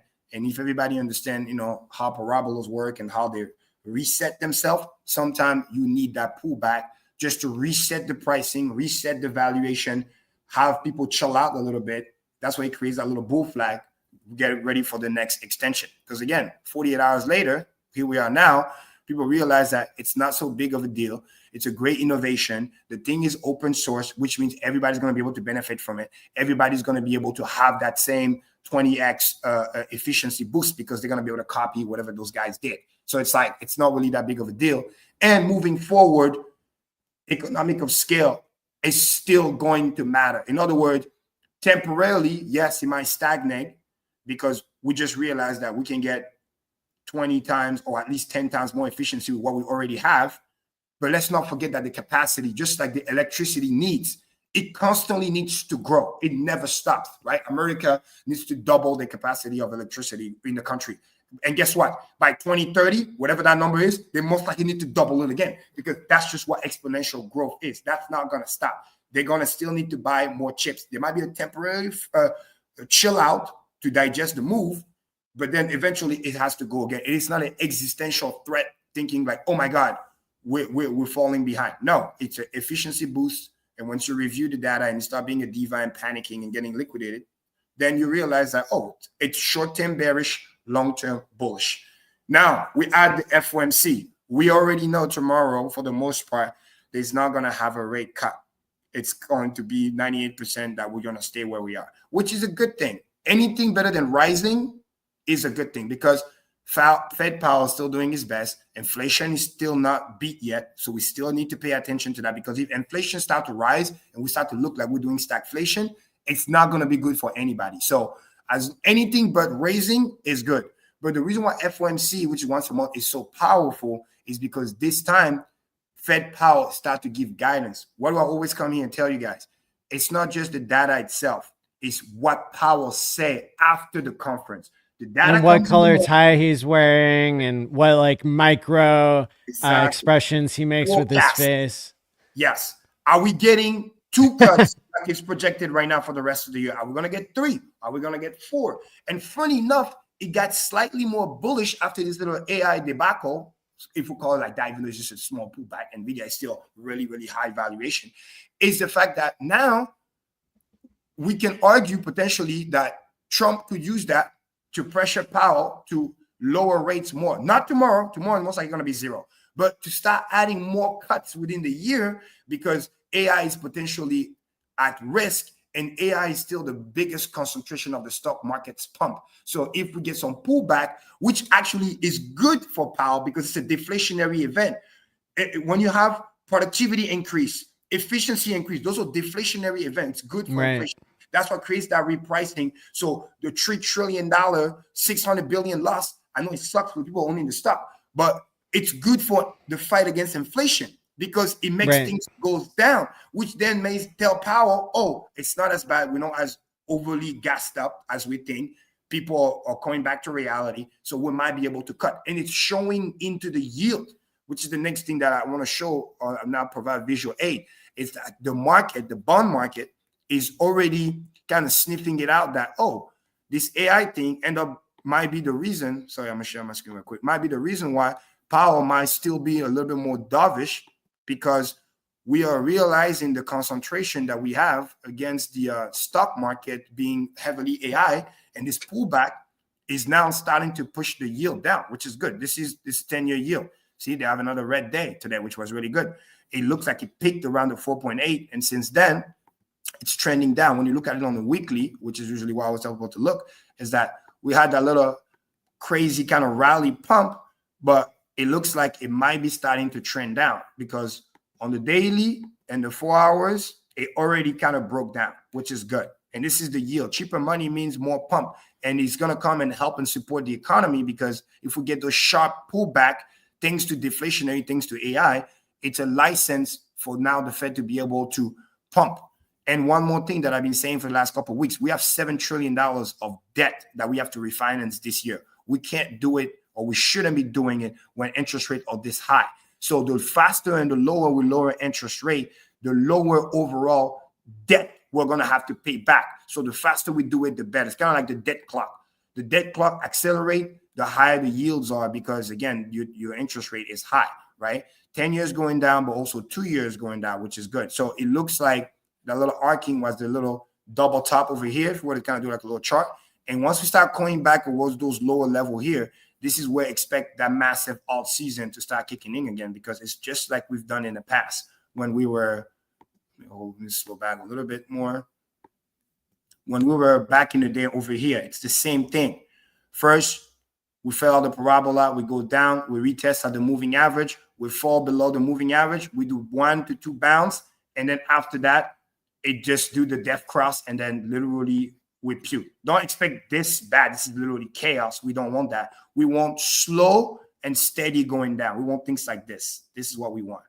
Slow little bounce. We don't want crash. Crash means bad. It means we need to pump trillions of dollars, and then inflation is going to get bad again. So Interest rate is trending in the right direction, whether it's 2-year or 10-year, which is why it's really good. Adding to the macro that I just mentioned. Now, the pullback has already been digested, right? Bitcoin is back to 102. It did the little dip all the way down to roughly, was it like 97 or 98, something like that? I'll show you guys here a little bit, but it already bounced back. This reminded me the day, talking again about the carry trade, where back in, what was it? It was either October or November. We had the same thing. There was a very sharp, market sell-off because of the carry trade unwind. And then the market then ended up bouncing back when they realized that it wasn't a big deal and that Japan got the thing under control. So in conclusion, what that means is that there was a sharp sell-off, but understand that those combination of factors of carry trade, unwind, plus, this little AI thing is what caused that. But that news has already been digested. That's really the key. They realize that AI is not such a big deal. It's a deflationary event. The money that came out of the Japan carry trade has already been repriced. So now that the interest rate went up, they digest that. So now they're about to borrow money again because they understand that the next time Japan is going to have a meeting is probably going to be for March to go into April. Same thing with FOMC. We worry about it, then it happens, then we don't have to worry about it for the next 30 to 45 days. And for markets, when you don't have to worry about something and the trend is your friend, and then you're moving in the right direction, this looks like a bull flag too. And then once we got the hurdle tomorrow, it's a big deal. Then from there, we should be able to get the continuation pattern for this bull flag. Let me go back on the weekly. And I think this is where Bitcoin has literally a really, really good chance to at least target the $130,000 to the $140,000 because I see this flag basically playing out. See, I had it at 133 because tomorrow we got the Fed meeting. This is the bullish case scenario. We get the no cuts. We get Powell to be a little bit more dovish, talking about AI because somebody's definitely going to ask him about that. He's going to probably say something in the lines of, if it's bullish, we're gonna assess the data. That's his favorite line. We're gonna assess the data. We're gonna go case by case, month by month, but we stand ready to help the economy if something were to happen. So in other words, it's like we're watching. If need be, we're gonna pull the trigger. If inflation starts to trend down, like the yields are trending down, we're gonna pull the trigger too. So rest assured. And also by Friday, we have, like every month, end of the month, we have the expiry of the I forget the word. But why am I blinking? It's not leverage trade. It's the options. All the option expiry are happening at the end of the month, which then means once it's clear, after that, bullish. And again, we don't have to worry about FOMC for another basically 30 to 45 days. Then it's also Q1 going into Q2. That's typically when altcoin season start to really, really push and Bitcoin dominance start to really, really push. So, and some of those executive orders are really going to start kicking in.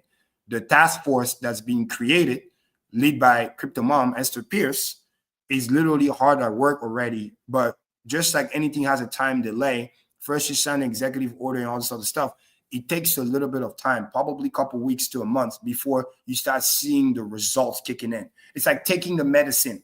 The patient was sick, right? Then you take the medicine, get a little bit sicker. It takes a while, but then the medicine start to kick in. So I think going into February and going into March to go to Q2, that's when we're going to start seeing the value of the medicine start to kick in. So that's the bullish case scenario. The bear case scenario is if all of a sudden Powell said, again, because he likes to also stay tough, oh, we're not going to keep cutting more rates.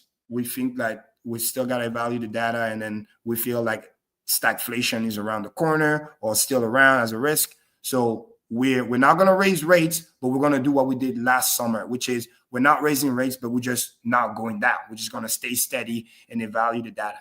So we need to keep seeing good data coming up. But the first step for tomorrow is just what he's going to say at a conference, because the next time we're getting the data for inflation, it's not until 2 to 3 weeks from now. So we're at the point where no bad news is good news. So they're going to ask him. I can't wait until they ask him. Exactly. So any questions? They're going to ask him about DeepSeek. Yeah, exactly. They're definitely going to ask him because they're going to use that to make him want to be printing money. So I think he's going to say something in the line of, yeah, we're monitoring, like his famous thing. Right. We're not going to sound like, daddy's not watching the kids, right? So we're watching the kids. We're seeing them playing. You know, one guy get one other guy a little brown out, but they were just playing and just having fun. They're just kids. They're in the sandbox. I'm watching. Don't worry. If somebody gets cut, we'll bring the ambulance and then we'll send to the hospital. So that's kind of like what he's going to most likely say. And low key, he's loving it because now that $600 billion pullback, and by the way, that was just NVIDIA. Other broader markets got also affected because AI touches a lot of sectors, data centers, all this other thing, because it's the chips, which is why I'm very proud of crypto, because it wasn't as correlated, because usually it is, because AI do very well, more chips, more compute. It's bullish for Bitcoin too, because again, the hash rate and all this other stuff. But it goes to show that NVIDIA was just, let's just call it what it is. It was a little bit overpriced. The PE ratio was very, very high. They pumped a lot, multi-trillion-dollar asset, no joke. So it just needed to cool off. That's it. You reset. And then for value investor, it's very bullish because somebody like, yo, that thing's too parabolic. I'm not getting in. I missed the train. It is what it is. But now pull back like this. Now value investor can be like, I might start looking at some entries. And, you know, they're not going to jump right away, but they look at it like, okay, cool. A nice 20% pullback, retesting the base, making sure the floor is solid. Then they're going to be like, once the next leg up continue, they're going to be able to understand what's going on and safely step back in. But that innovation is great for everybody. It's great for AI, which what's great for AI is great for blockchain. What's great for blockchain is great for all of us. So that's why it's really good. So again, in the morning, we're going to get the actual thing. And then I think it's usually start 1 p.m. Eastern, 1 or 2 p.m. That's when power goes live. And then for those of you who leverage trades out there, which, you know, I always say, right, stay there and chill, be careful. There's always going to be shenanigans. The liquidation bot, mark my word, the liquidation bots are going to be busy. Like every FOMC meeting, 2 to 3 hours before, 2 to 3 hours after. Whatever you do, chances are they're going to liquidate you. If you think about going short, they're going to do both. They're going to go short, they're going to go long, and then they're going to end up nowhere. Don't get caught up. Learn from it. You know, just a couple of days ago, it's so sad. I saw something on Twitter. Somebody got liquidated, liquid loan, 32 million hex or something like that. And then he ended up hitting the market. So it's like, don't become that statistics. You know what I mean? A lot of people got liquidated on this DeepSeek thing because it affected not too much Bitcoin per se, but all the other altcoins. That FUD got monetized. It's called monetized FUD. People love that, especially when something has already pumped, when they got you long and they got you thinking it's never going to go back down. Right? Even it's sad, even people who love Ethereum that think it should be, you know, trending up. Ethereum almost revisited 3K. A lot of people got liquidated. Over $1.something billion got liquidated just that day alone. So it's a friendly reminder, like, you know, like what you said, like that shit kills. So I'm not saying you should never leverage. I'm just saying events like that with added volatility, knowing that the market is already volatile, you're literally asking just to be liquidated. So just be careful for that. And then, we'll discuss the data when it comes out. If it's something so cool, I'll do one of my macro tweets because, you know, I don't want to bug people. But when it's important, I do that. But other than that, we're looking good, guys. We're looking good. We're still in the Q1. Hopefully, like Maddie said earlier, Ethereum get the shit together because literally Ethereum could be pumping at any time. We just need to like get the quote unquote the higher ups and the community on the same page. That's basically what it is, because what's killing Ethereum right now is not so much a technical thing. It's more like they have an identity crisis because they used to brag about not caring about the fees, but then they're not doing the other stuff. They're not bringing the other innovation. Now they have to go back into caring about the fees. And if you want to play the fee game without other innovation, people are going to be like, well, somebody else is cheaper, faster. But if we start talking about the core value, which is, hey, we might want to scale it, but we're still going to remain the most decentralized and all this other cool stuff, big money is still going to be here, still going to get involved. Let's not forget, after Bitcoin, bing, bing, bing, what is the only coin right now that has an ETF? It's ETH. That can never be understated, sugarcoated. Now, maybe in the future we're going to get more, but so far, it's fucking ETH. So they just need to get their shit together, fix the identity crisis, and if they do an update, we can get another one of those godly candle when you retest the base. Oh, Maddie, sorry. Let me share one more chart related to that, actually, which is the ETH to BTC dominance, because I've been charting it also for a while. And then, you know, looking for that breakout, because I also tweeted what's good for ETH is good for Pulse Chain as a whole and the ecosystem. So when you're looking at this right here, right, this is the ETH chart. Can you see my screen? Yes. Yeah, perfect. So we have the famous, what we've been talking about, inverse head and shoulder. That's in formation right now, shoulder, head, and then this could be the shoulder. Now, the question is, do we stay around here for a couple weeks and then we start heading up? Or are we going to get one of those candle and then we're going to get one of those candle? So ideally, we don't want vector candle grain because that's usually a sign of manipulation. Usually, if you get too many vector candles this way, you end up having a red vector that way. You want just regular colors. This is a Tino indicator, which is cool because it's actual people buying versus just like FOMO buying, because FOMO buying, too much leverage buying, always get flushed out because the market maker always go back to take back the money.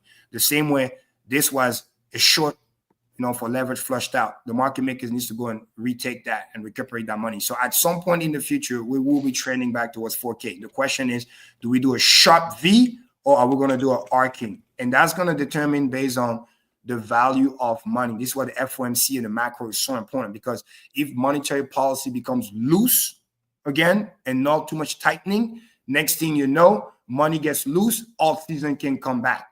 It's the same thing like we used to talk about the stock market, where the emerging markets are like the altcoin to the stock market being the Bitcoin. They only do well when there's a lot of cheap money, because that's when people can take more risk and bet on emerging markets and whatever. But when money is tight, they're going to focus on the main things. So same thing when you look at the ETH-BTC ratio, which has been going down. And I was charting this here on the, on the 4 hour, you can kind of see stuff, but also to look at it like, hey, it's looking to do that kind of bottoming formation. And the reason why I like this line here around the 3.2, it's because, let's say if I zoom back on the daily, if this were to try to create a W pattern, or even on the, hold on 1 second here.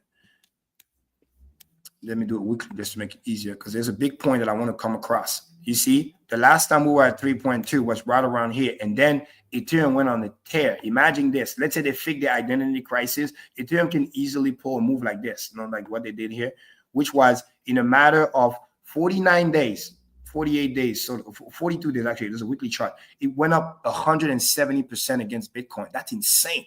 That means that literally Bitcoin can stay at 100K and ETH could literally go to 6K. You know what I mean? So it's like 6 to 8K. But for that to happen in a matter of, a month and a half, which could easily happen literally during the, let me lock this up here. This was right around, oh, wait, what's this?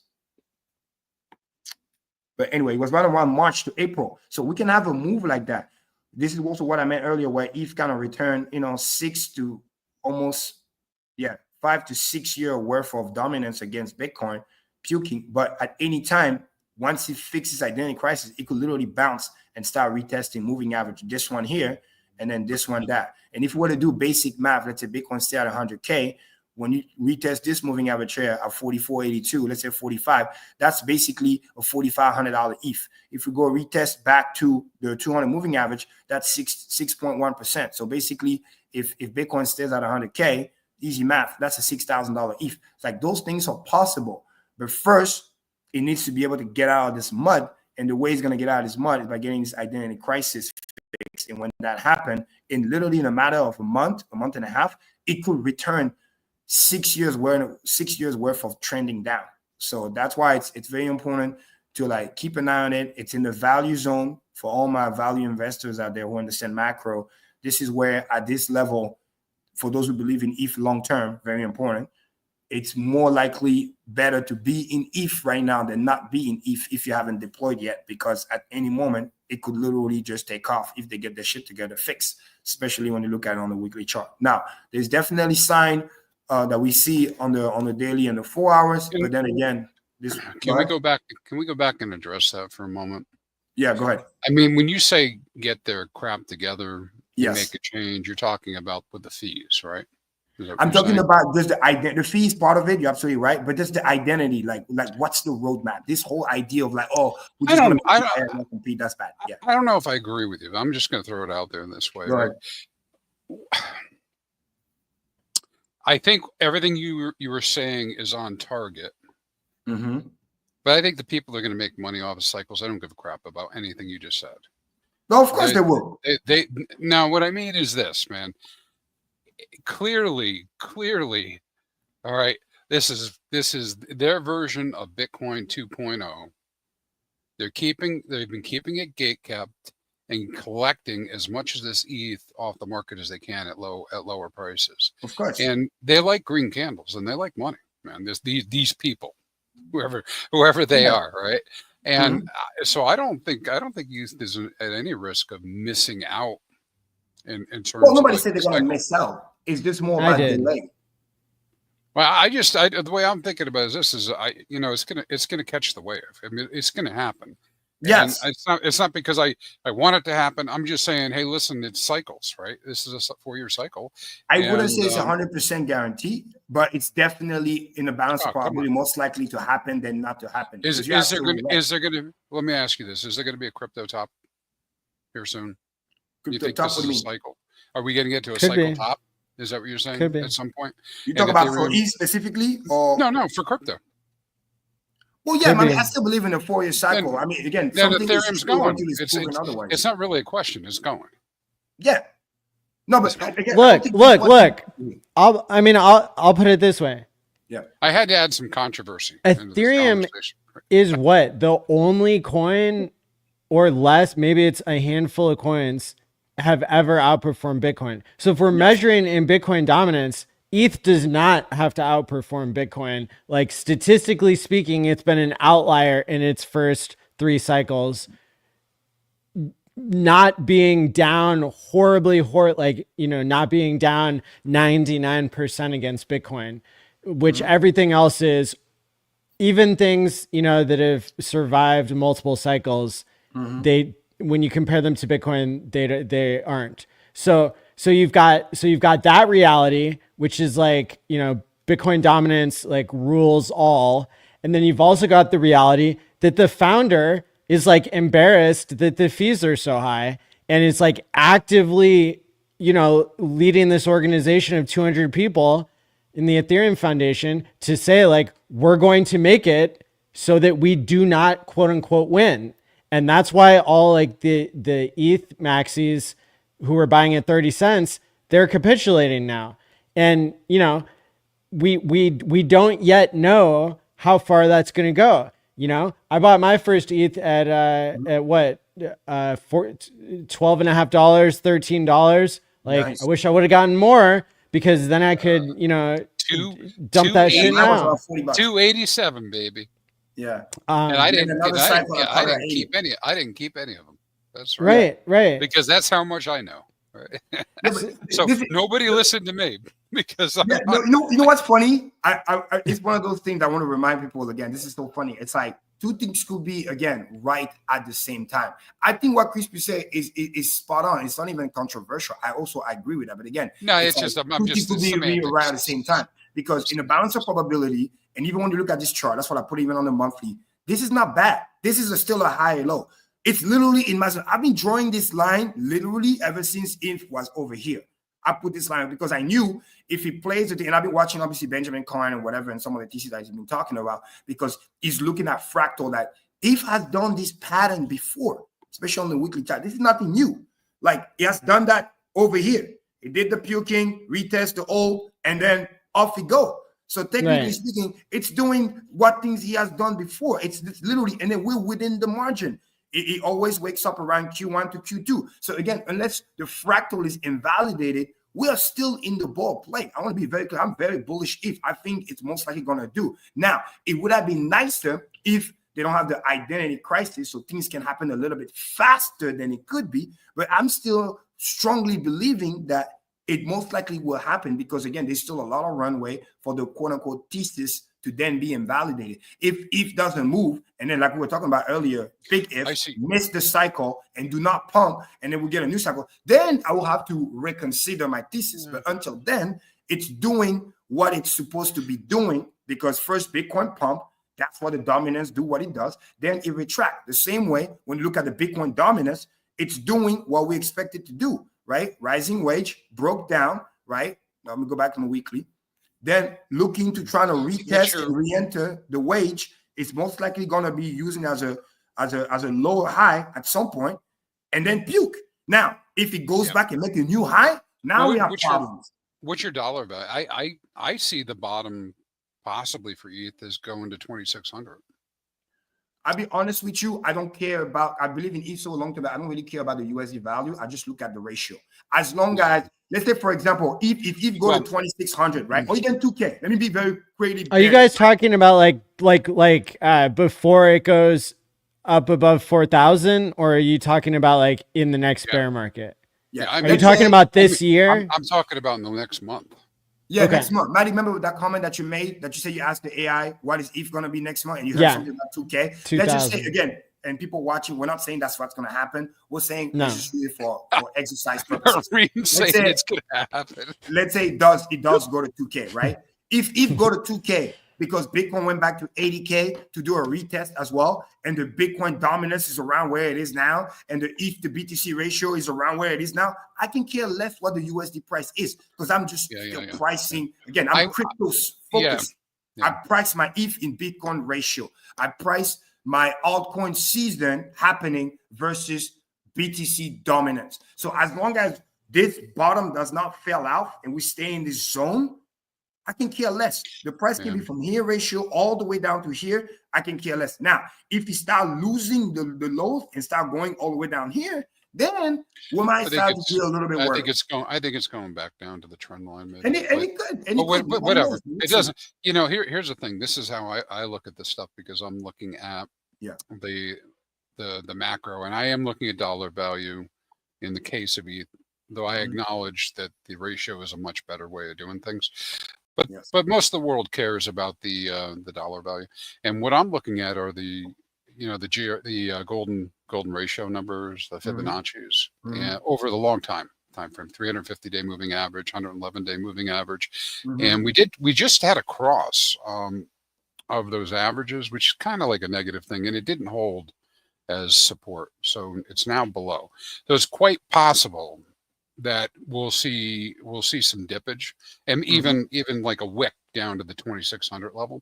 But none of that to me says that ETH's out of the game. I still think ETH is going to $12,000 to $20,000, and if things really get nuts, it'll be over 25K. But that's just my opinion, right? Because I apparently don't know anything about all this stuff. So as I'm going along, right, I'm just saying based on the past. But I hope to be right this time. I think that's exactly what's going to happen. Yeah, and one more thing I want to add for clarity too for you, so you understand why I said I care about ratio. Again, I'm looking at it like a macro term. Where are we? We are in a micro bull right now. This is the reason why in the bull, what you should be doing is more caring about ratio than USD, because when the bull really kicks in and something pumps, why do people make a common mistake in a really raging bull market? Because they care so much about the USD. Oh my God, he pumped 5x, and then they sell. And then when the thing continues to pump another 10, 20, 50x, they're like, fuck, how did I miss that? Because they were so caught up about the USD, they forget the fact that the ratio was still so undervalued that the thing could have run a little bit further out. Now, if I was in a bear market, actually the thesis flip. I will be more care about the USD than the ratio, so to speak, because usually in the bear market, what ends up happening is the ratio is out of whack and they slowly start to bleed. This is where the inverse transfer of energy is happening, where it's like people are like getting more coins, but then getting less value. You know where I make market, you know where I make bank on all this? Where? There's this thing. It's called Pulse Chain.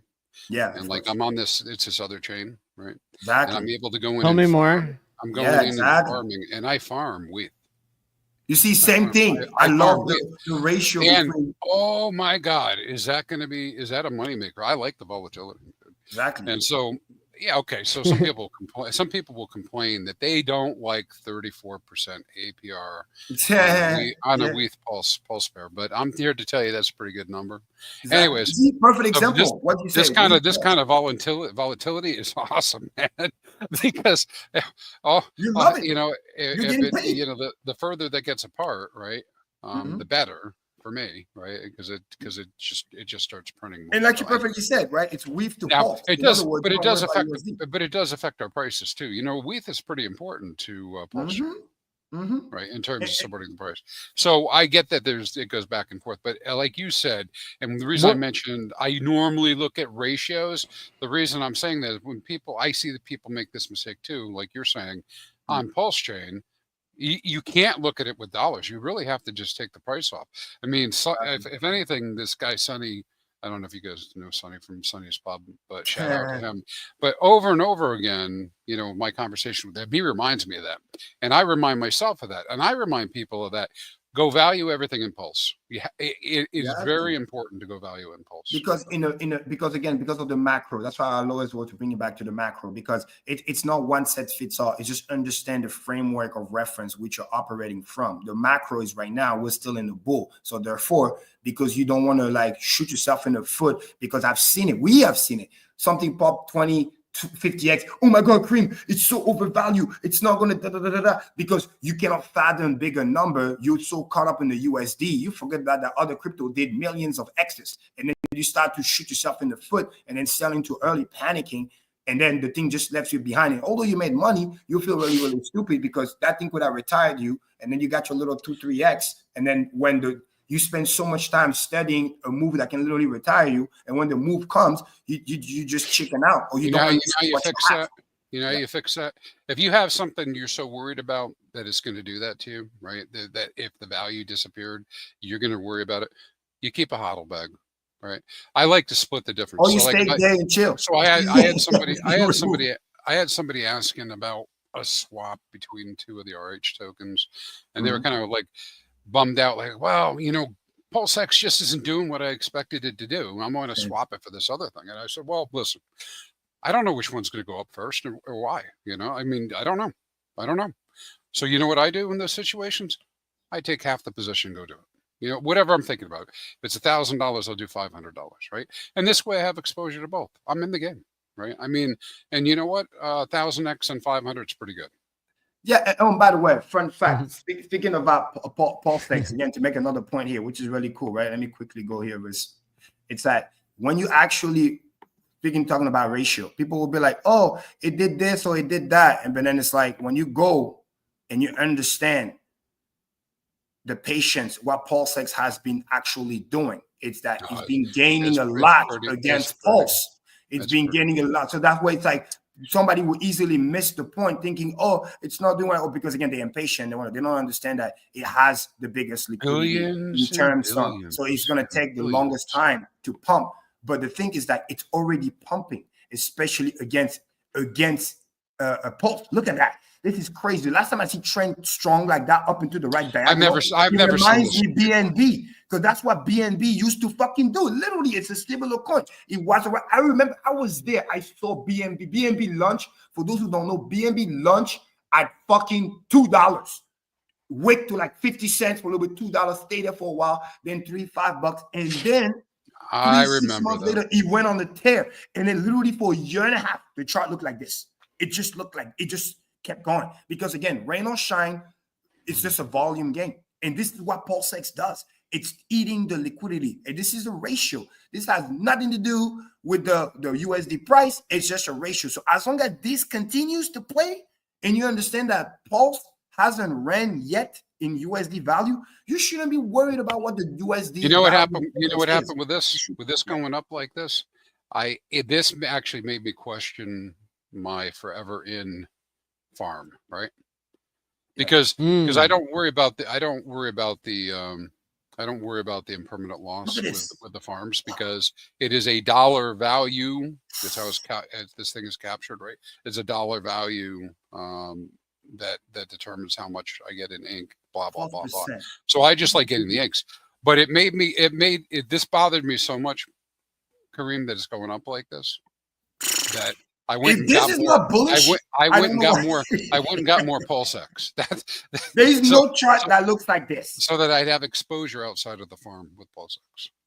In terms of ratio, there's no chart that looks like this. Period. Full stop. End of story. And it's like, and this, by the way, it's a weekly chart. And those candles right here, 12%, 12%. Yeah, little pullback. And which, by the way, very healthy. Very healthy. Pumps, retrace. Pump, retrace. Bull flag.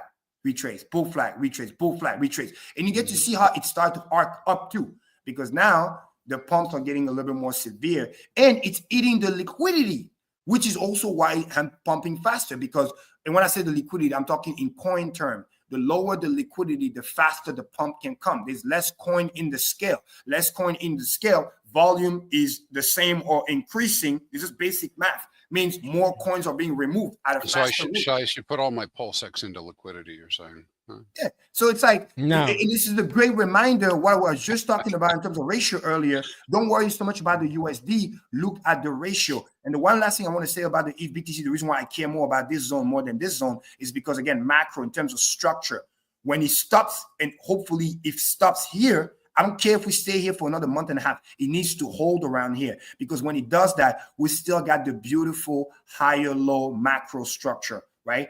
Boom, higher low, boom, higher low, boom, higher low, or same. The moment it breaks, it start coming here and potentially lose that, that's bad, because then it changes the structure of the chart. Now it start to look like those charts that might potentially reverse back to zero. We don't want that. We don't even want to test it. We don't want to find out. We just want it to hopefully stay around here.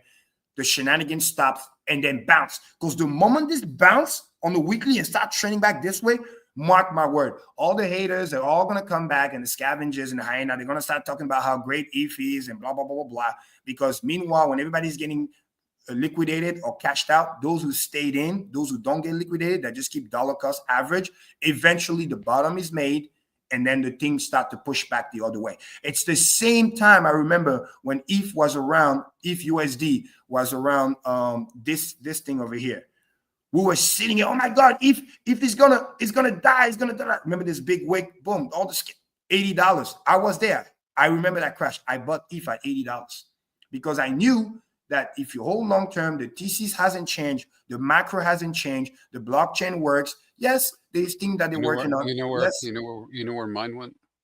Oh, not all of it at one time, but it went into the adoption amplifier. Yeah. Okay, good, even better. So it's like, no, but at this point here, I think Hex was already running. No, Hex was being running already. It was just like, because remember at the time, for those who know my story, I was still heavily working, and then I'm still on, but I'm talking about like I was making a lot of cash pushing, and I was just shoving money every other week. So as I was buying more ETH, prices going down, I'm salivating, because again, I'm not looking at USD. I'm looking at, oh shit, I can buy 10 ETH, 15 ETH, 20 ETH. Oh my God, boom. Because before, when the price was pumping like crazy and I was putting the same amount of money, I was barely getting 2 ETH, 3 ETH, 5 ETH, because it's like, well, if it's $1,000, if it's, $800, whatever. But when you start getting 300, 200, 100, 150, now all of a sudden, when you start putting, 8, 10K, you start to get a really, really nice amount of ETH, because you understand the long-term thesis, and then the rest is history. When the price pump came in, see you later, bye-bye. So it's the same thing. This chart, this reverse head and shoulder is most likely going to play out as soon as ETH start to bottom out, and then all of a sudden, everybody was talking shit, going to start changing their tune. All the scavengers going to come back. The bull flag comes in and then start to play out, because you can see it. It's so obvious, right? Inverse head and shoulder, but also on the local level, you can see it right here. There's a bull flag right here. And for people who don't understand, the best bull flags actually are the ones when the price is trending down. It's the best. Why? Because it's easy to break the triangle out afterwards, which is why it's really, really good. This is also the reason why when you have a rising wedge, price going up, it's bearish. Why is it bearish? Let me do a quick little drawing here to show. It's bearish because when the price does this and then does that, the same way we say it fell out of the parabola, but when you fell out of the wedge, usually it corrects. So now, if you were to take this formation literally and just invert the chart, what does that fucking look like? It looks like a bull flag going price down, and then when you break out of the flag, retest, and then go. It's the same fucking thing. You just need to invert the chart. Same thing here. If I were to do this, if I were to say this is a bull flag right here, hypothetically speaking, and we're still in the flag, right? It breaks out, retest, and then it goes. It's the same thing as a rising wedge, just reverse. It's like a bull flag, break out, retest, and then it goes. All the way to where? To the target. Where is the target? The top of the flag. Same thing with a rising wedge. What's the target? The bottom of the wedge, which is literally where we are right now. So it can stay here for a couple of weeks, whatever it might be, eventually pops out, comes back, and go. So when you add this, remove this, formation here happening on the USD, which I don't really care about, I just know that it most likely could play out. And then I go back to what is happening on the ETH BTC ratio. I understand that literally it looks like it wants to do that. It just needs to be able to, first of all, hold that support. Once it holds that support for a while, and Ethereum get their shit together, boom. What do you think? That's another fun fact, Maddie, that we haven't talked about. Trump coin, right? They cashed out over $500 million. He already bought $200+ million worth of ETH. You know what I mean? What does that tell you? He's buying the dip. He's getting the easy money from Solana, and then he's moving that easy money back into ETH because you know that most likely, don't guarantee, ETH has bottomed out.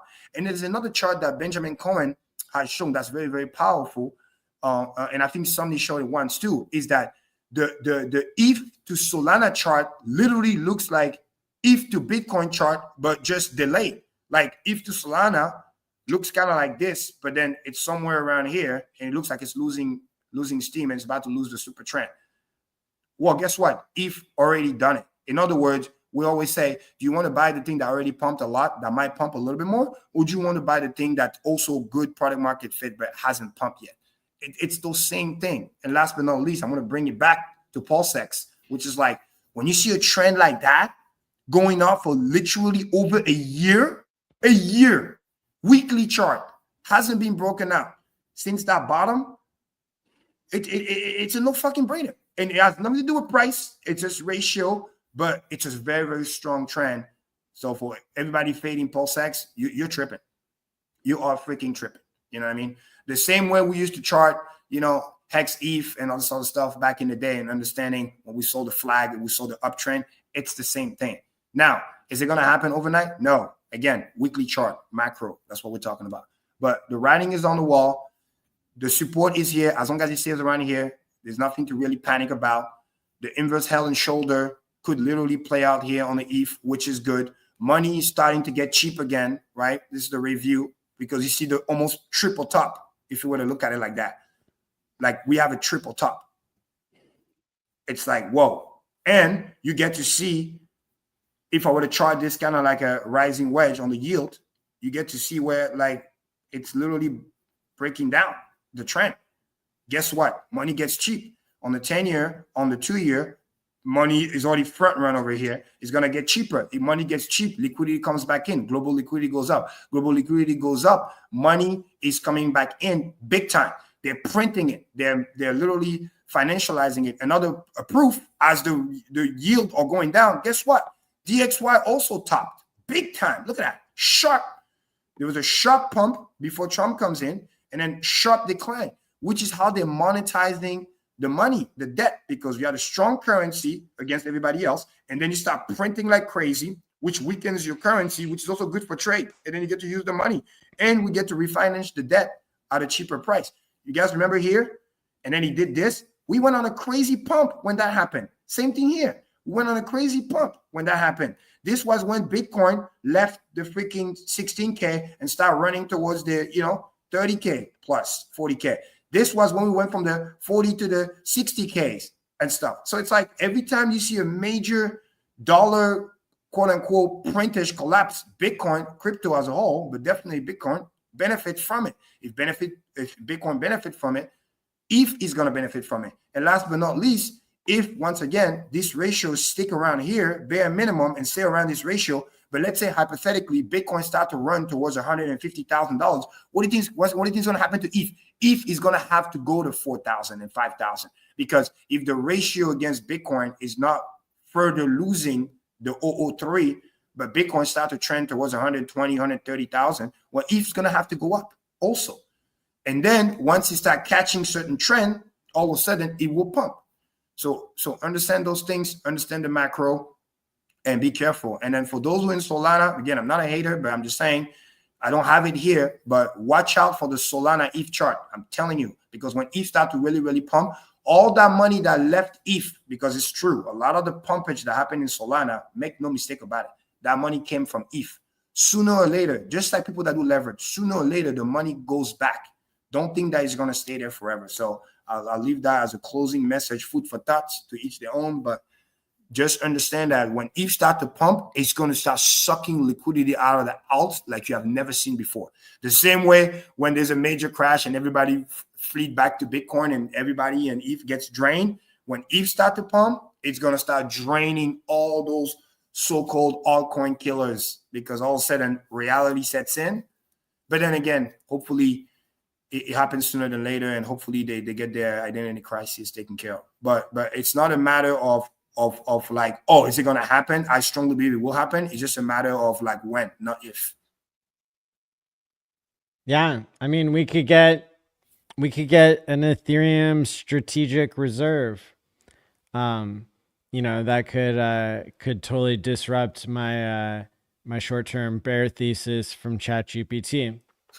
Yeah. But I'll tell you the one thing that that seems like the most clear is we're going to be hearing from the judge soon on the Hex case. And hopefully tomorrow, I believe, is not only the Federal Reserve press conference, but it's also the 90-day mark, which is no deadline for the judge, but that's like typically what they aim for.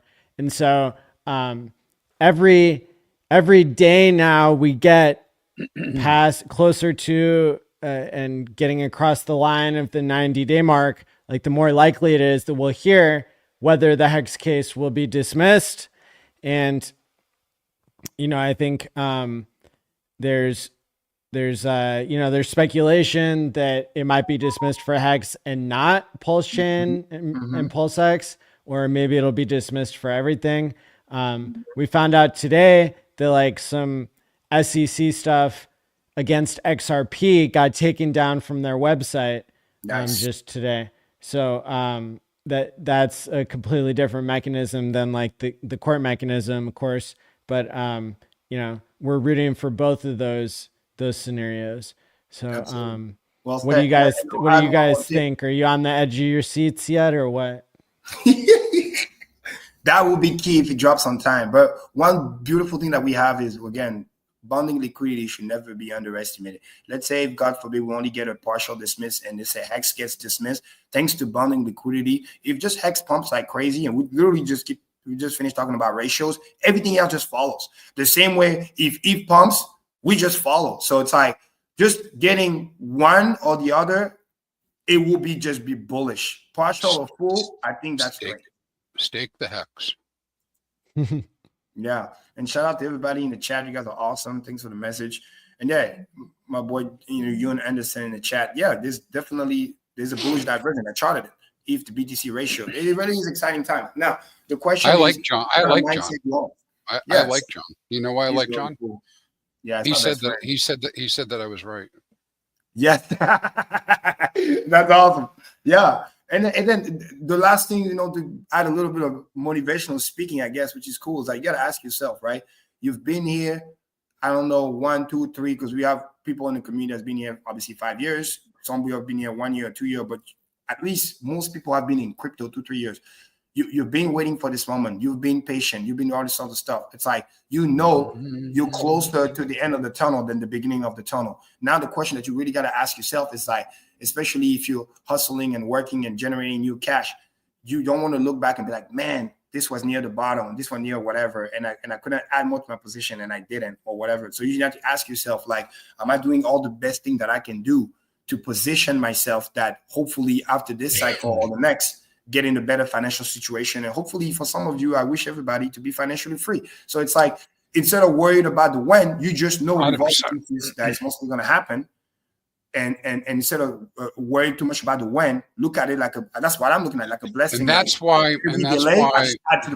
you buy Hex. That's why you get into Hex, and you do things like ladders, and that's a way that you become financially independent, for sure.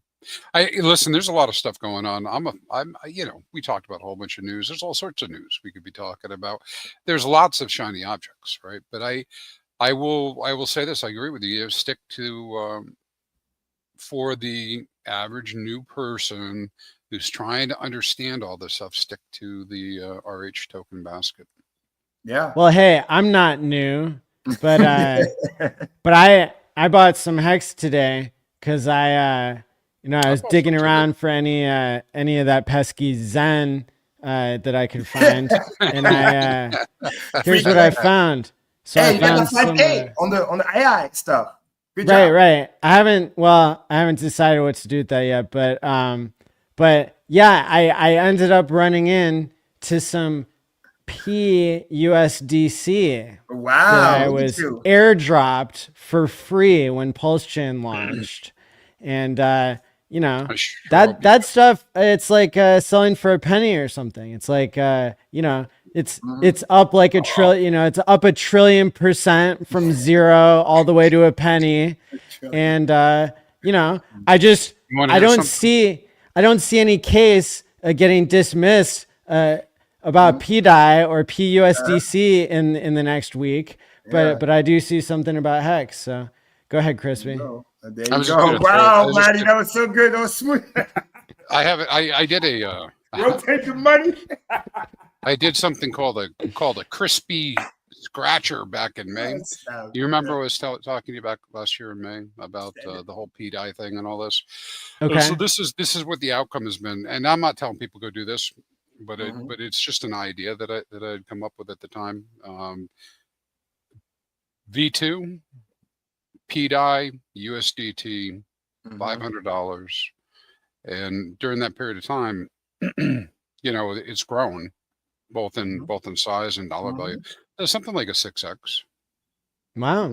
Yeah. You know, remember on stream I came and I said, when people talk about the PDI, I say I can talk about anything. I say, what about the PUSDT? Because literally, me, I just look at it practically. If it end out to be true, then what about the other one? Because they literally have the same thesis. And next thing you know, PDI and PUSDC are literally tracking similar. And then even the USDT one also tracking. And the funny thing is this, if it goes to the dollar, because there's another ratio that I see, literally EHEX will be a fucking dollar too. So it's like, by all means, send it. I'll just want that. And if EHEX is $1, that means PHEX is at least $1 or higher.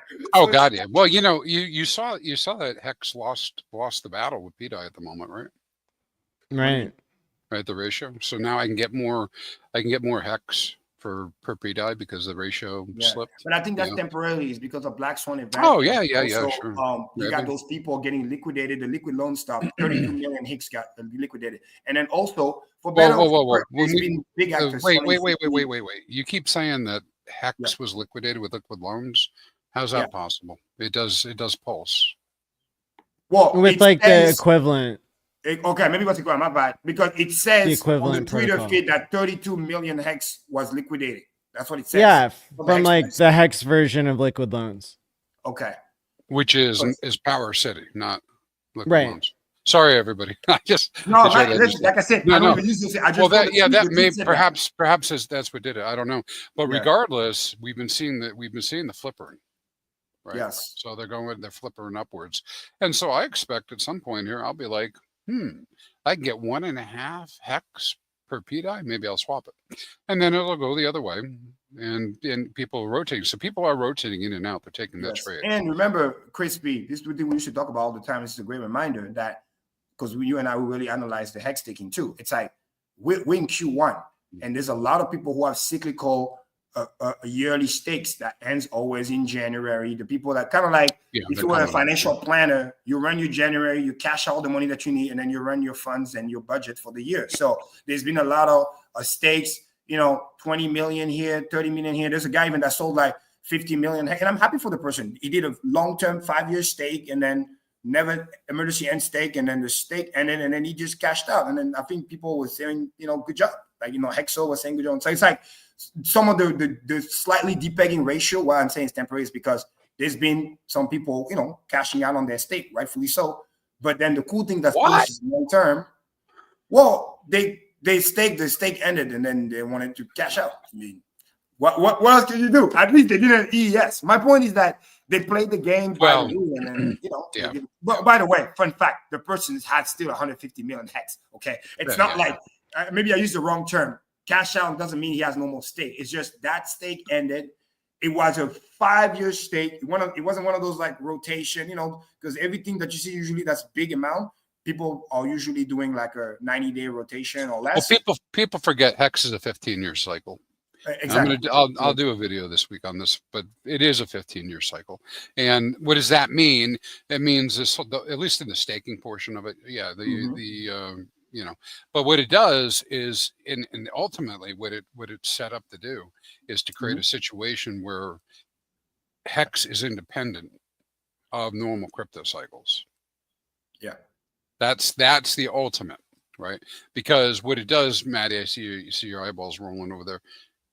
Not in a bad way, but what it's doing is it's creating a different distribution of X at different times and incentivizing people to stake at different times. But damn, it's such.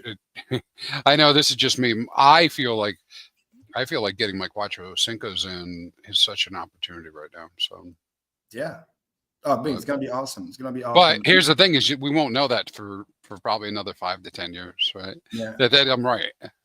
I know Well, I'm right. very bullish is that just tell anything. The people who are like quote unquote set to sell are going to sell no matter what. I'm just grateful that they're doing it. They're doing it at lower levels at a higher level. And I always have respect for people who like Maddie famously quoted and said, if you do what you said you're gonna do, then kudos to you. Whether you know what I mean, like, and like you used to say, Crispy, which I like, is like we highly quote unquote recommend, but suggest, because it's just mathematical sense that people should stake, but they don't have to. So in other words, I'm just proud for the person that did the 5-year stake, didn't do any penalties, because they could have end early, right, and still end up with 40 million hex plus. But they waited a time and then it ended, and then they took their profit. So it's like I'm just happy for them. And guess what? The liquidity was there. They made the 600K. And if you're 0 to 5 years, that means you were there from the beginning, and that means you made 100x on your money plus your stake. What, you locked up for 5 years? You got rewarded for that? This is what kind of crap is that? Novel idea. No, it's huge though, and the fact that it actually, I know in the moment, I would rather to see higher prices, of course, right? And of course, when people do cash out, that value does go a different direction. But it's a huge distribution, right? Yeah.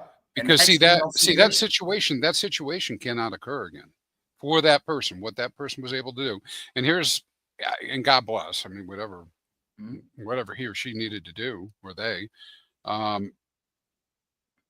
That's fine, right? Yeah. But they've now distributed that hex out into the system.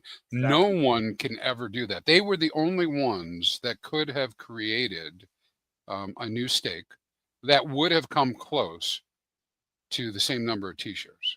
Exactly. Oh, and by the way, it came out the only one. It came out to be roughly 5,000 T-shares that was burned. Yeah, and so now we're in a situation where, people are still kind of like fading the whole hex staking. I hope people just forget about staking. Yeah, right. Except for those. We're getting some solid sevens lately. Solids. I think like within the next 3 to 6 months, we're probably going to start getting solid 8s payout per T-shirt. Oh yeah, dude. Yeah, like a fun fact, I'm starting to get back on the Dream account. The more similar to more than the daily hex that I used to get, before I lost my, one of my stakes that I had to ES because of the whole court thing, because I lost roughly, 500 T-shares. But now, because payout per T-shirt trended up now, solid, without even no emergency, it's just because, again, less T-share in the pool. We used to barely get 6 to 7. Now we're getting solid 7.5, and now every now and then we're getting. Do I have to explain to you how this works? No. Well, I know. I'm with you. I get excited about it too. It's silly. I mean, I did I put a video up that just showing the T-share rate going up into the future, where it hits a million hex per T-share in about 15 years or so. And but yeah, it's crazy because what people forget, that guy you're just talking about that earned all that reward, right? That is now minted hex, right? Exactly. I mean, for some people, their entire position was never minted, but in general, right? Normally, what it is, whatever the rewards are, that's minted hex, and because that minted hex now has been minted, it is now calculated as part of the payout. So that just drives that base rate up. So the base payout's keeps going up. And the thing is, Kareem, not very many people agree with me. That's okay. I'm good. I'm good with that, because as long as hex survives with lots of liquidity. Apparently, it's got tons of liquidity with PDI as well, right? It's going to go on forever. I mean, it's great. Yeah. So congratulations to that. The other thing I'd say to you guys is to, if you're someone who's willing to at least try LP, right at the moment is not a bad time to set aside a future pool of something that you want, whether it's the Pulse X, Pulse, whatever. If you want to do with a farm, you can do that. But here's the thing: is some of these little LPs are going to grow over the next 48 years, and they're going to be huge. They'll be huge. And so whether you pick the favorite tokens you want and get them matched up and drop them into a wallet that you never really access again, it's not a near-term thing, but you just become part of the casino embedded, you know, and you go with it. No, very well said. Hey, can I mention one more thing, Matty, before we wrap up? Please. I don't know if we're getting close to wrapping up, but so I heard rumor of Alex from Hedron being very close, and it's rumor, guys, at the moment, right? I love to hear from him, but at the moment, but we're getting close. He said he's getting close to releasing the new app. Nice. And so I think a lot of people would be really interested in that. So keep an eyeball on both the Hedron and the Icosa. I know it's not Hex specifically, but it is related to that. No, shout out to Alex. He's definitely earning stripes. That's a solid. He's got a lot right there. So, I'm looking to see that go, Maddie. And thank you, Maddie, for letting me talk about Hedron for a moment. Hey, hey, listen, it's baked in there too, and a lot of our folks have that. So yeah.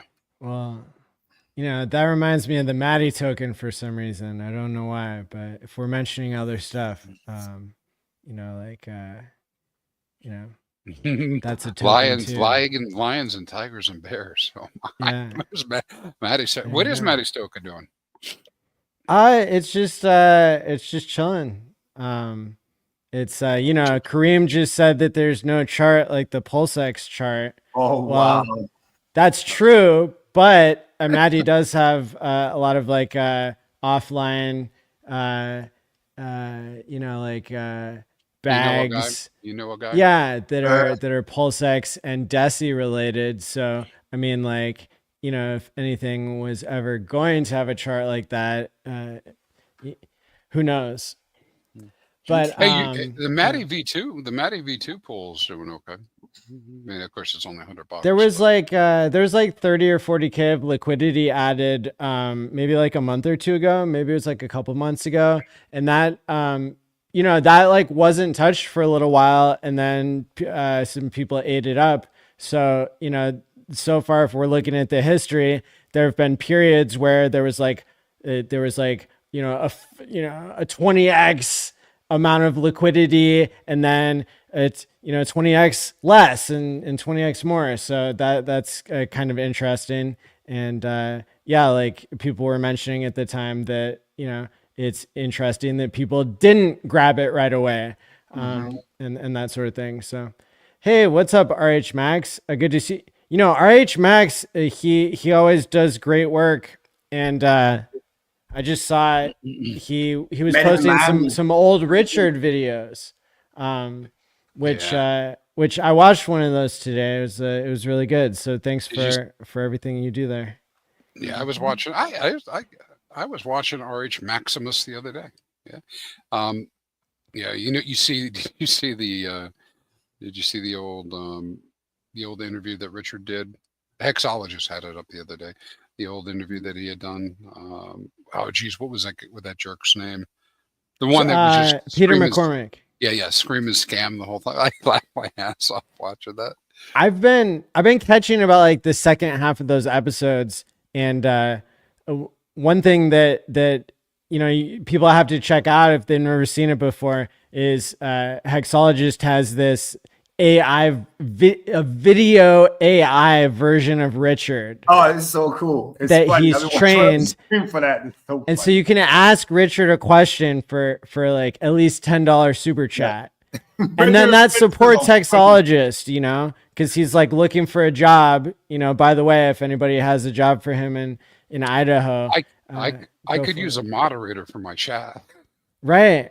He's really good. No, that AI is so cool, bro. He should do something. She should do something. It literally almost sounds like Richard, and just the power of AI, man. And when you think that AI is only going to get better, it's scary.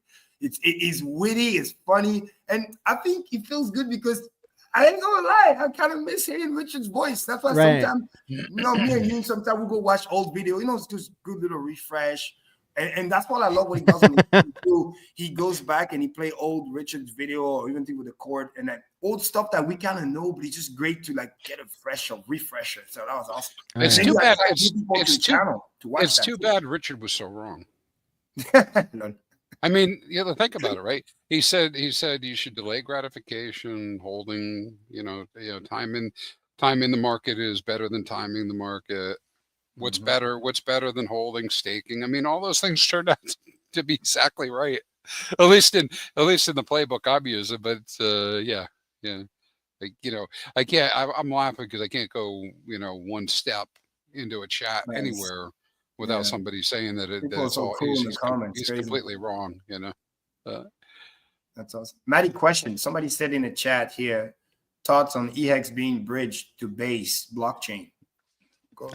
Gold Key and Dipcatcher, they're always innovating. And I saw some tweets where they were like, they were like teasing something new.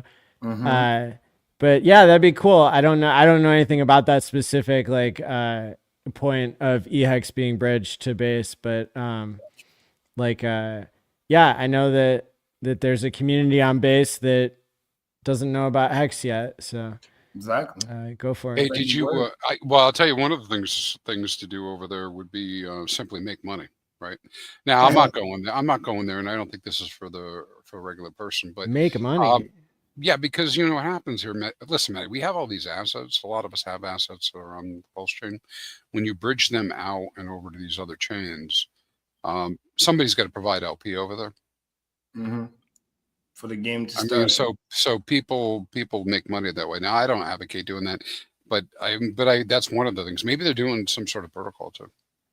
Yeah, I mean, it adds visibility. They're trying to bring the thing, and then hey, sometimes you get new customers like that. You know what I mean? It's like a sample, and then if they want more, they go to the main chain to get it. You know what I mean? Or you remember how we used to do stuff for like either a DeFi exchange or an exchange? You go over there, maybe it's at a slightly discount, then you buy it, and then you're like, where can I sell it? Oh, I can sell it back on the main chain or whatever for more money. So it's like tricks in place to like add visibility. Oh, dude, there's been some crazy.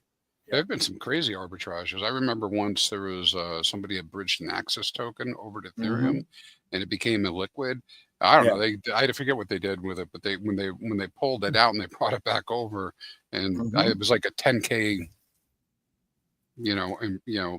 profit. Right? Another friendly reminder: what's cool about bridge funds is that typically, just like when we saw on ETH, bridge funds are usually kind of like locked liquidity in a way because it's bridge for the most part. It goes there, and like you said, most likely provided as LP or just go sitting there. At least it's not being dumped on somewhere else. So it's like it allow more games to be played, more pair to be created, and this is how you propagate the vision to some degree. So having Hex on multiple chain, you know what I mean? Hex is on multiple chains. Exactly. So so we talked about the PDI.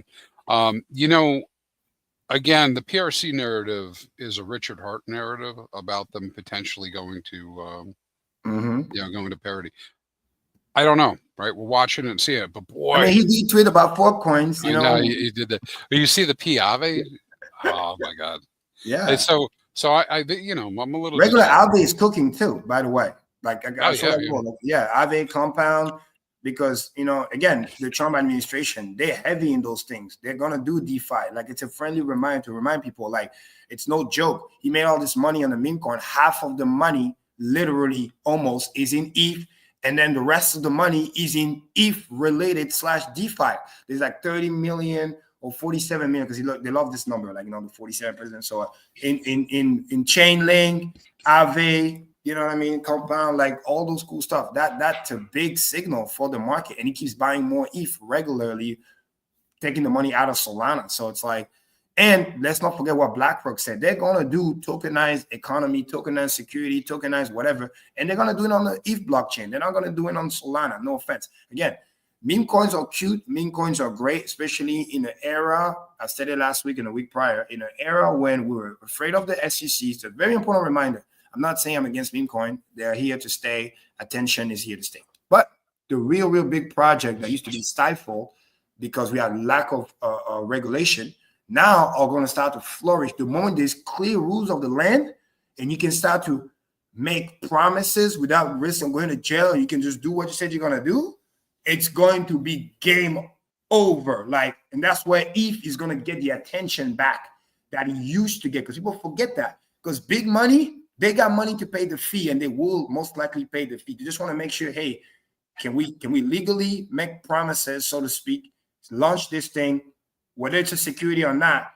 All that's going to matter is that, oh, it's launched on ETH. Oh, they're raising billions of dollar valuation, VC funded, whatever, better or worse.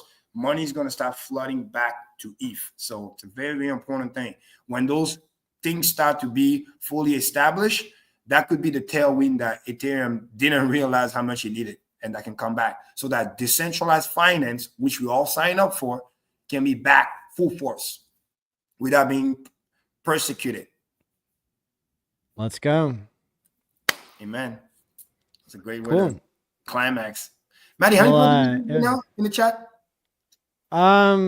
So I know we're on X too. So people we've been at about 100 on YouTube, and Twitter says like 800, but that's typically impressions. And then Crispy's co-streaming to his channel, which is another 25 on YouTube and 300 on Twitter. So yeah, full house, thousands on the replay. That's right. Shout out to you all. Thanks for being here. We covered a lot. This is definitely one to rewind and listen to. Bonus, we went over the 2 hour 20 mark today because there's so much good stuff to talk about. So with that being said, follow everybody on the screen in the links below. Hit the like and subscribe button. Share this out. Until next time, stake wisely, my friends, and peace out. Peace out. Be great. Ooh, made in USA.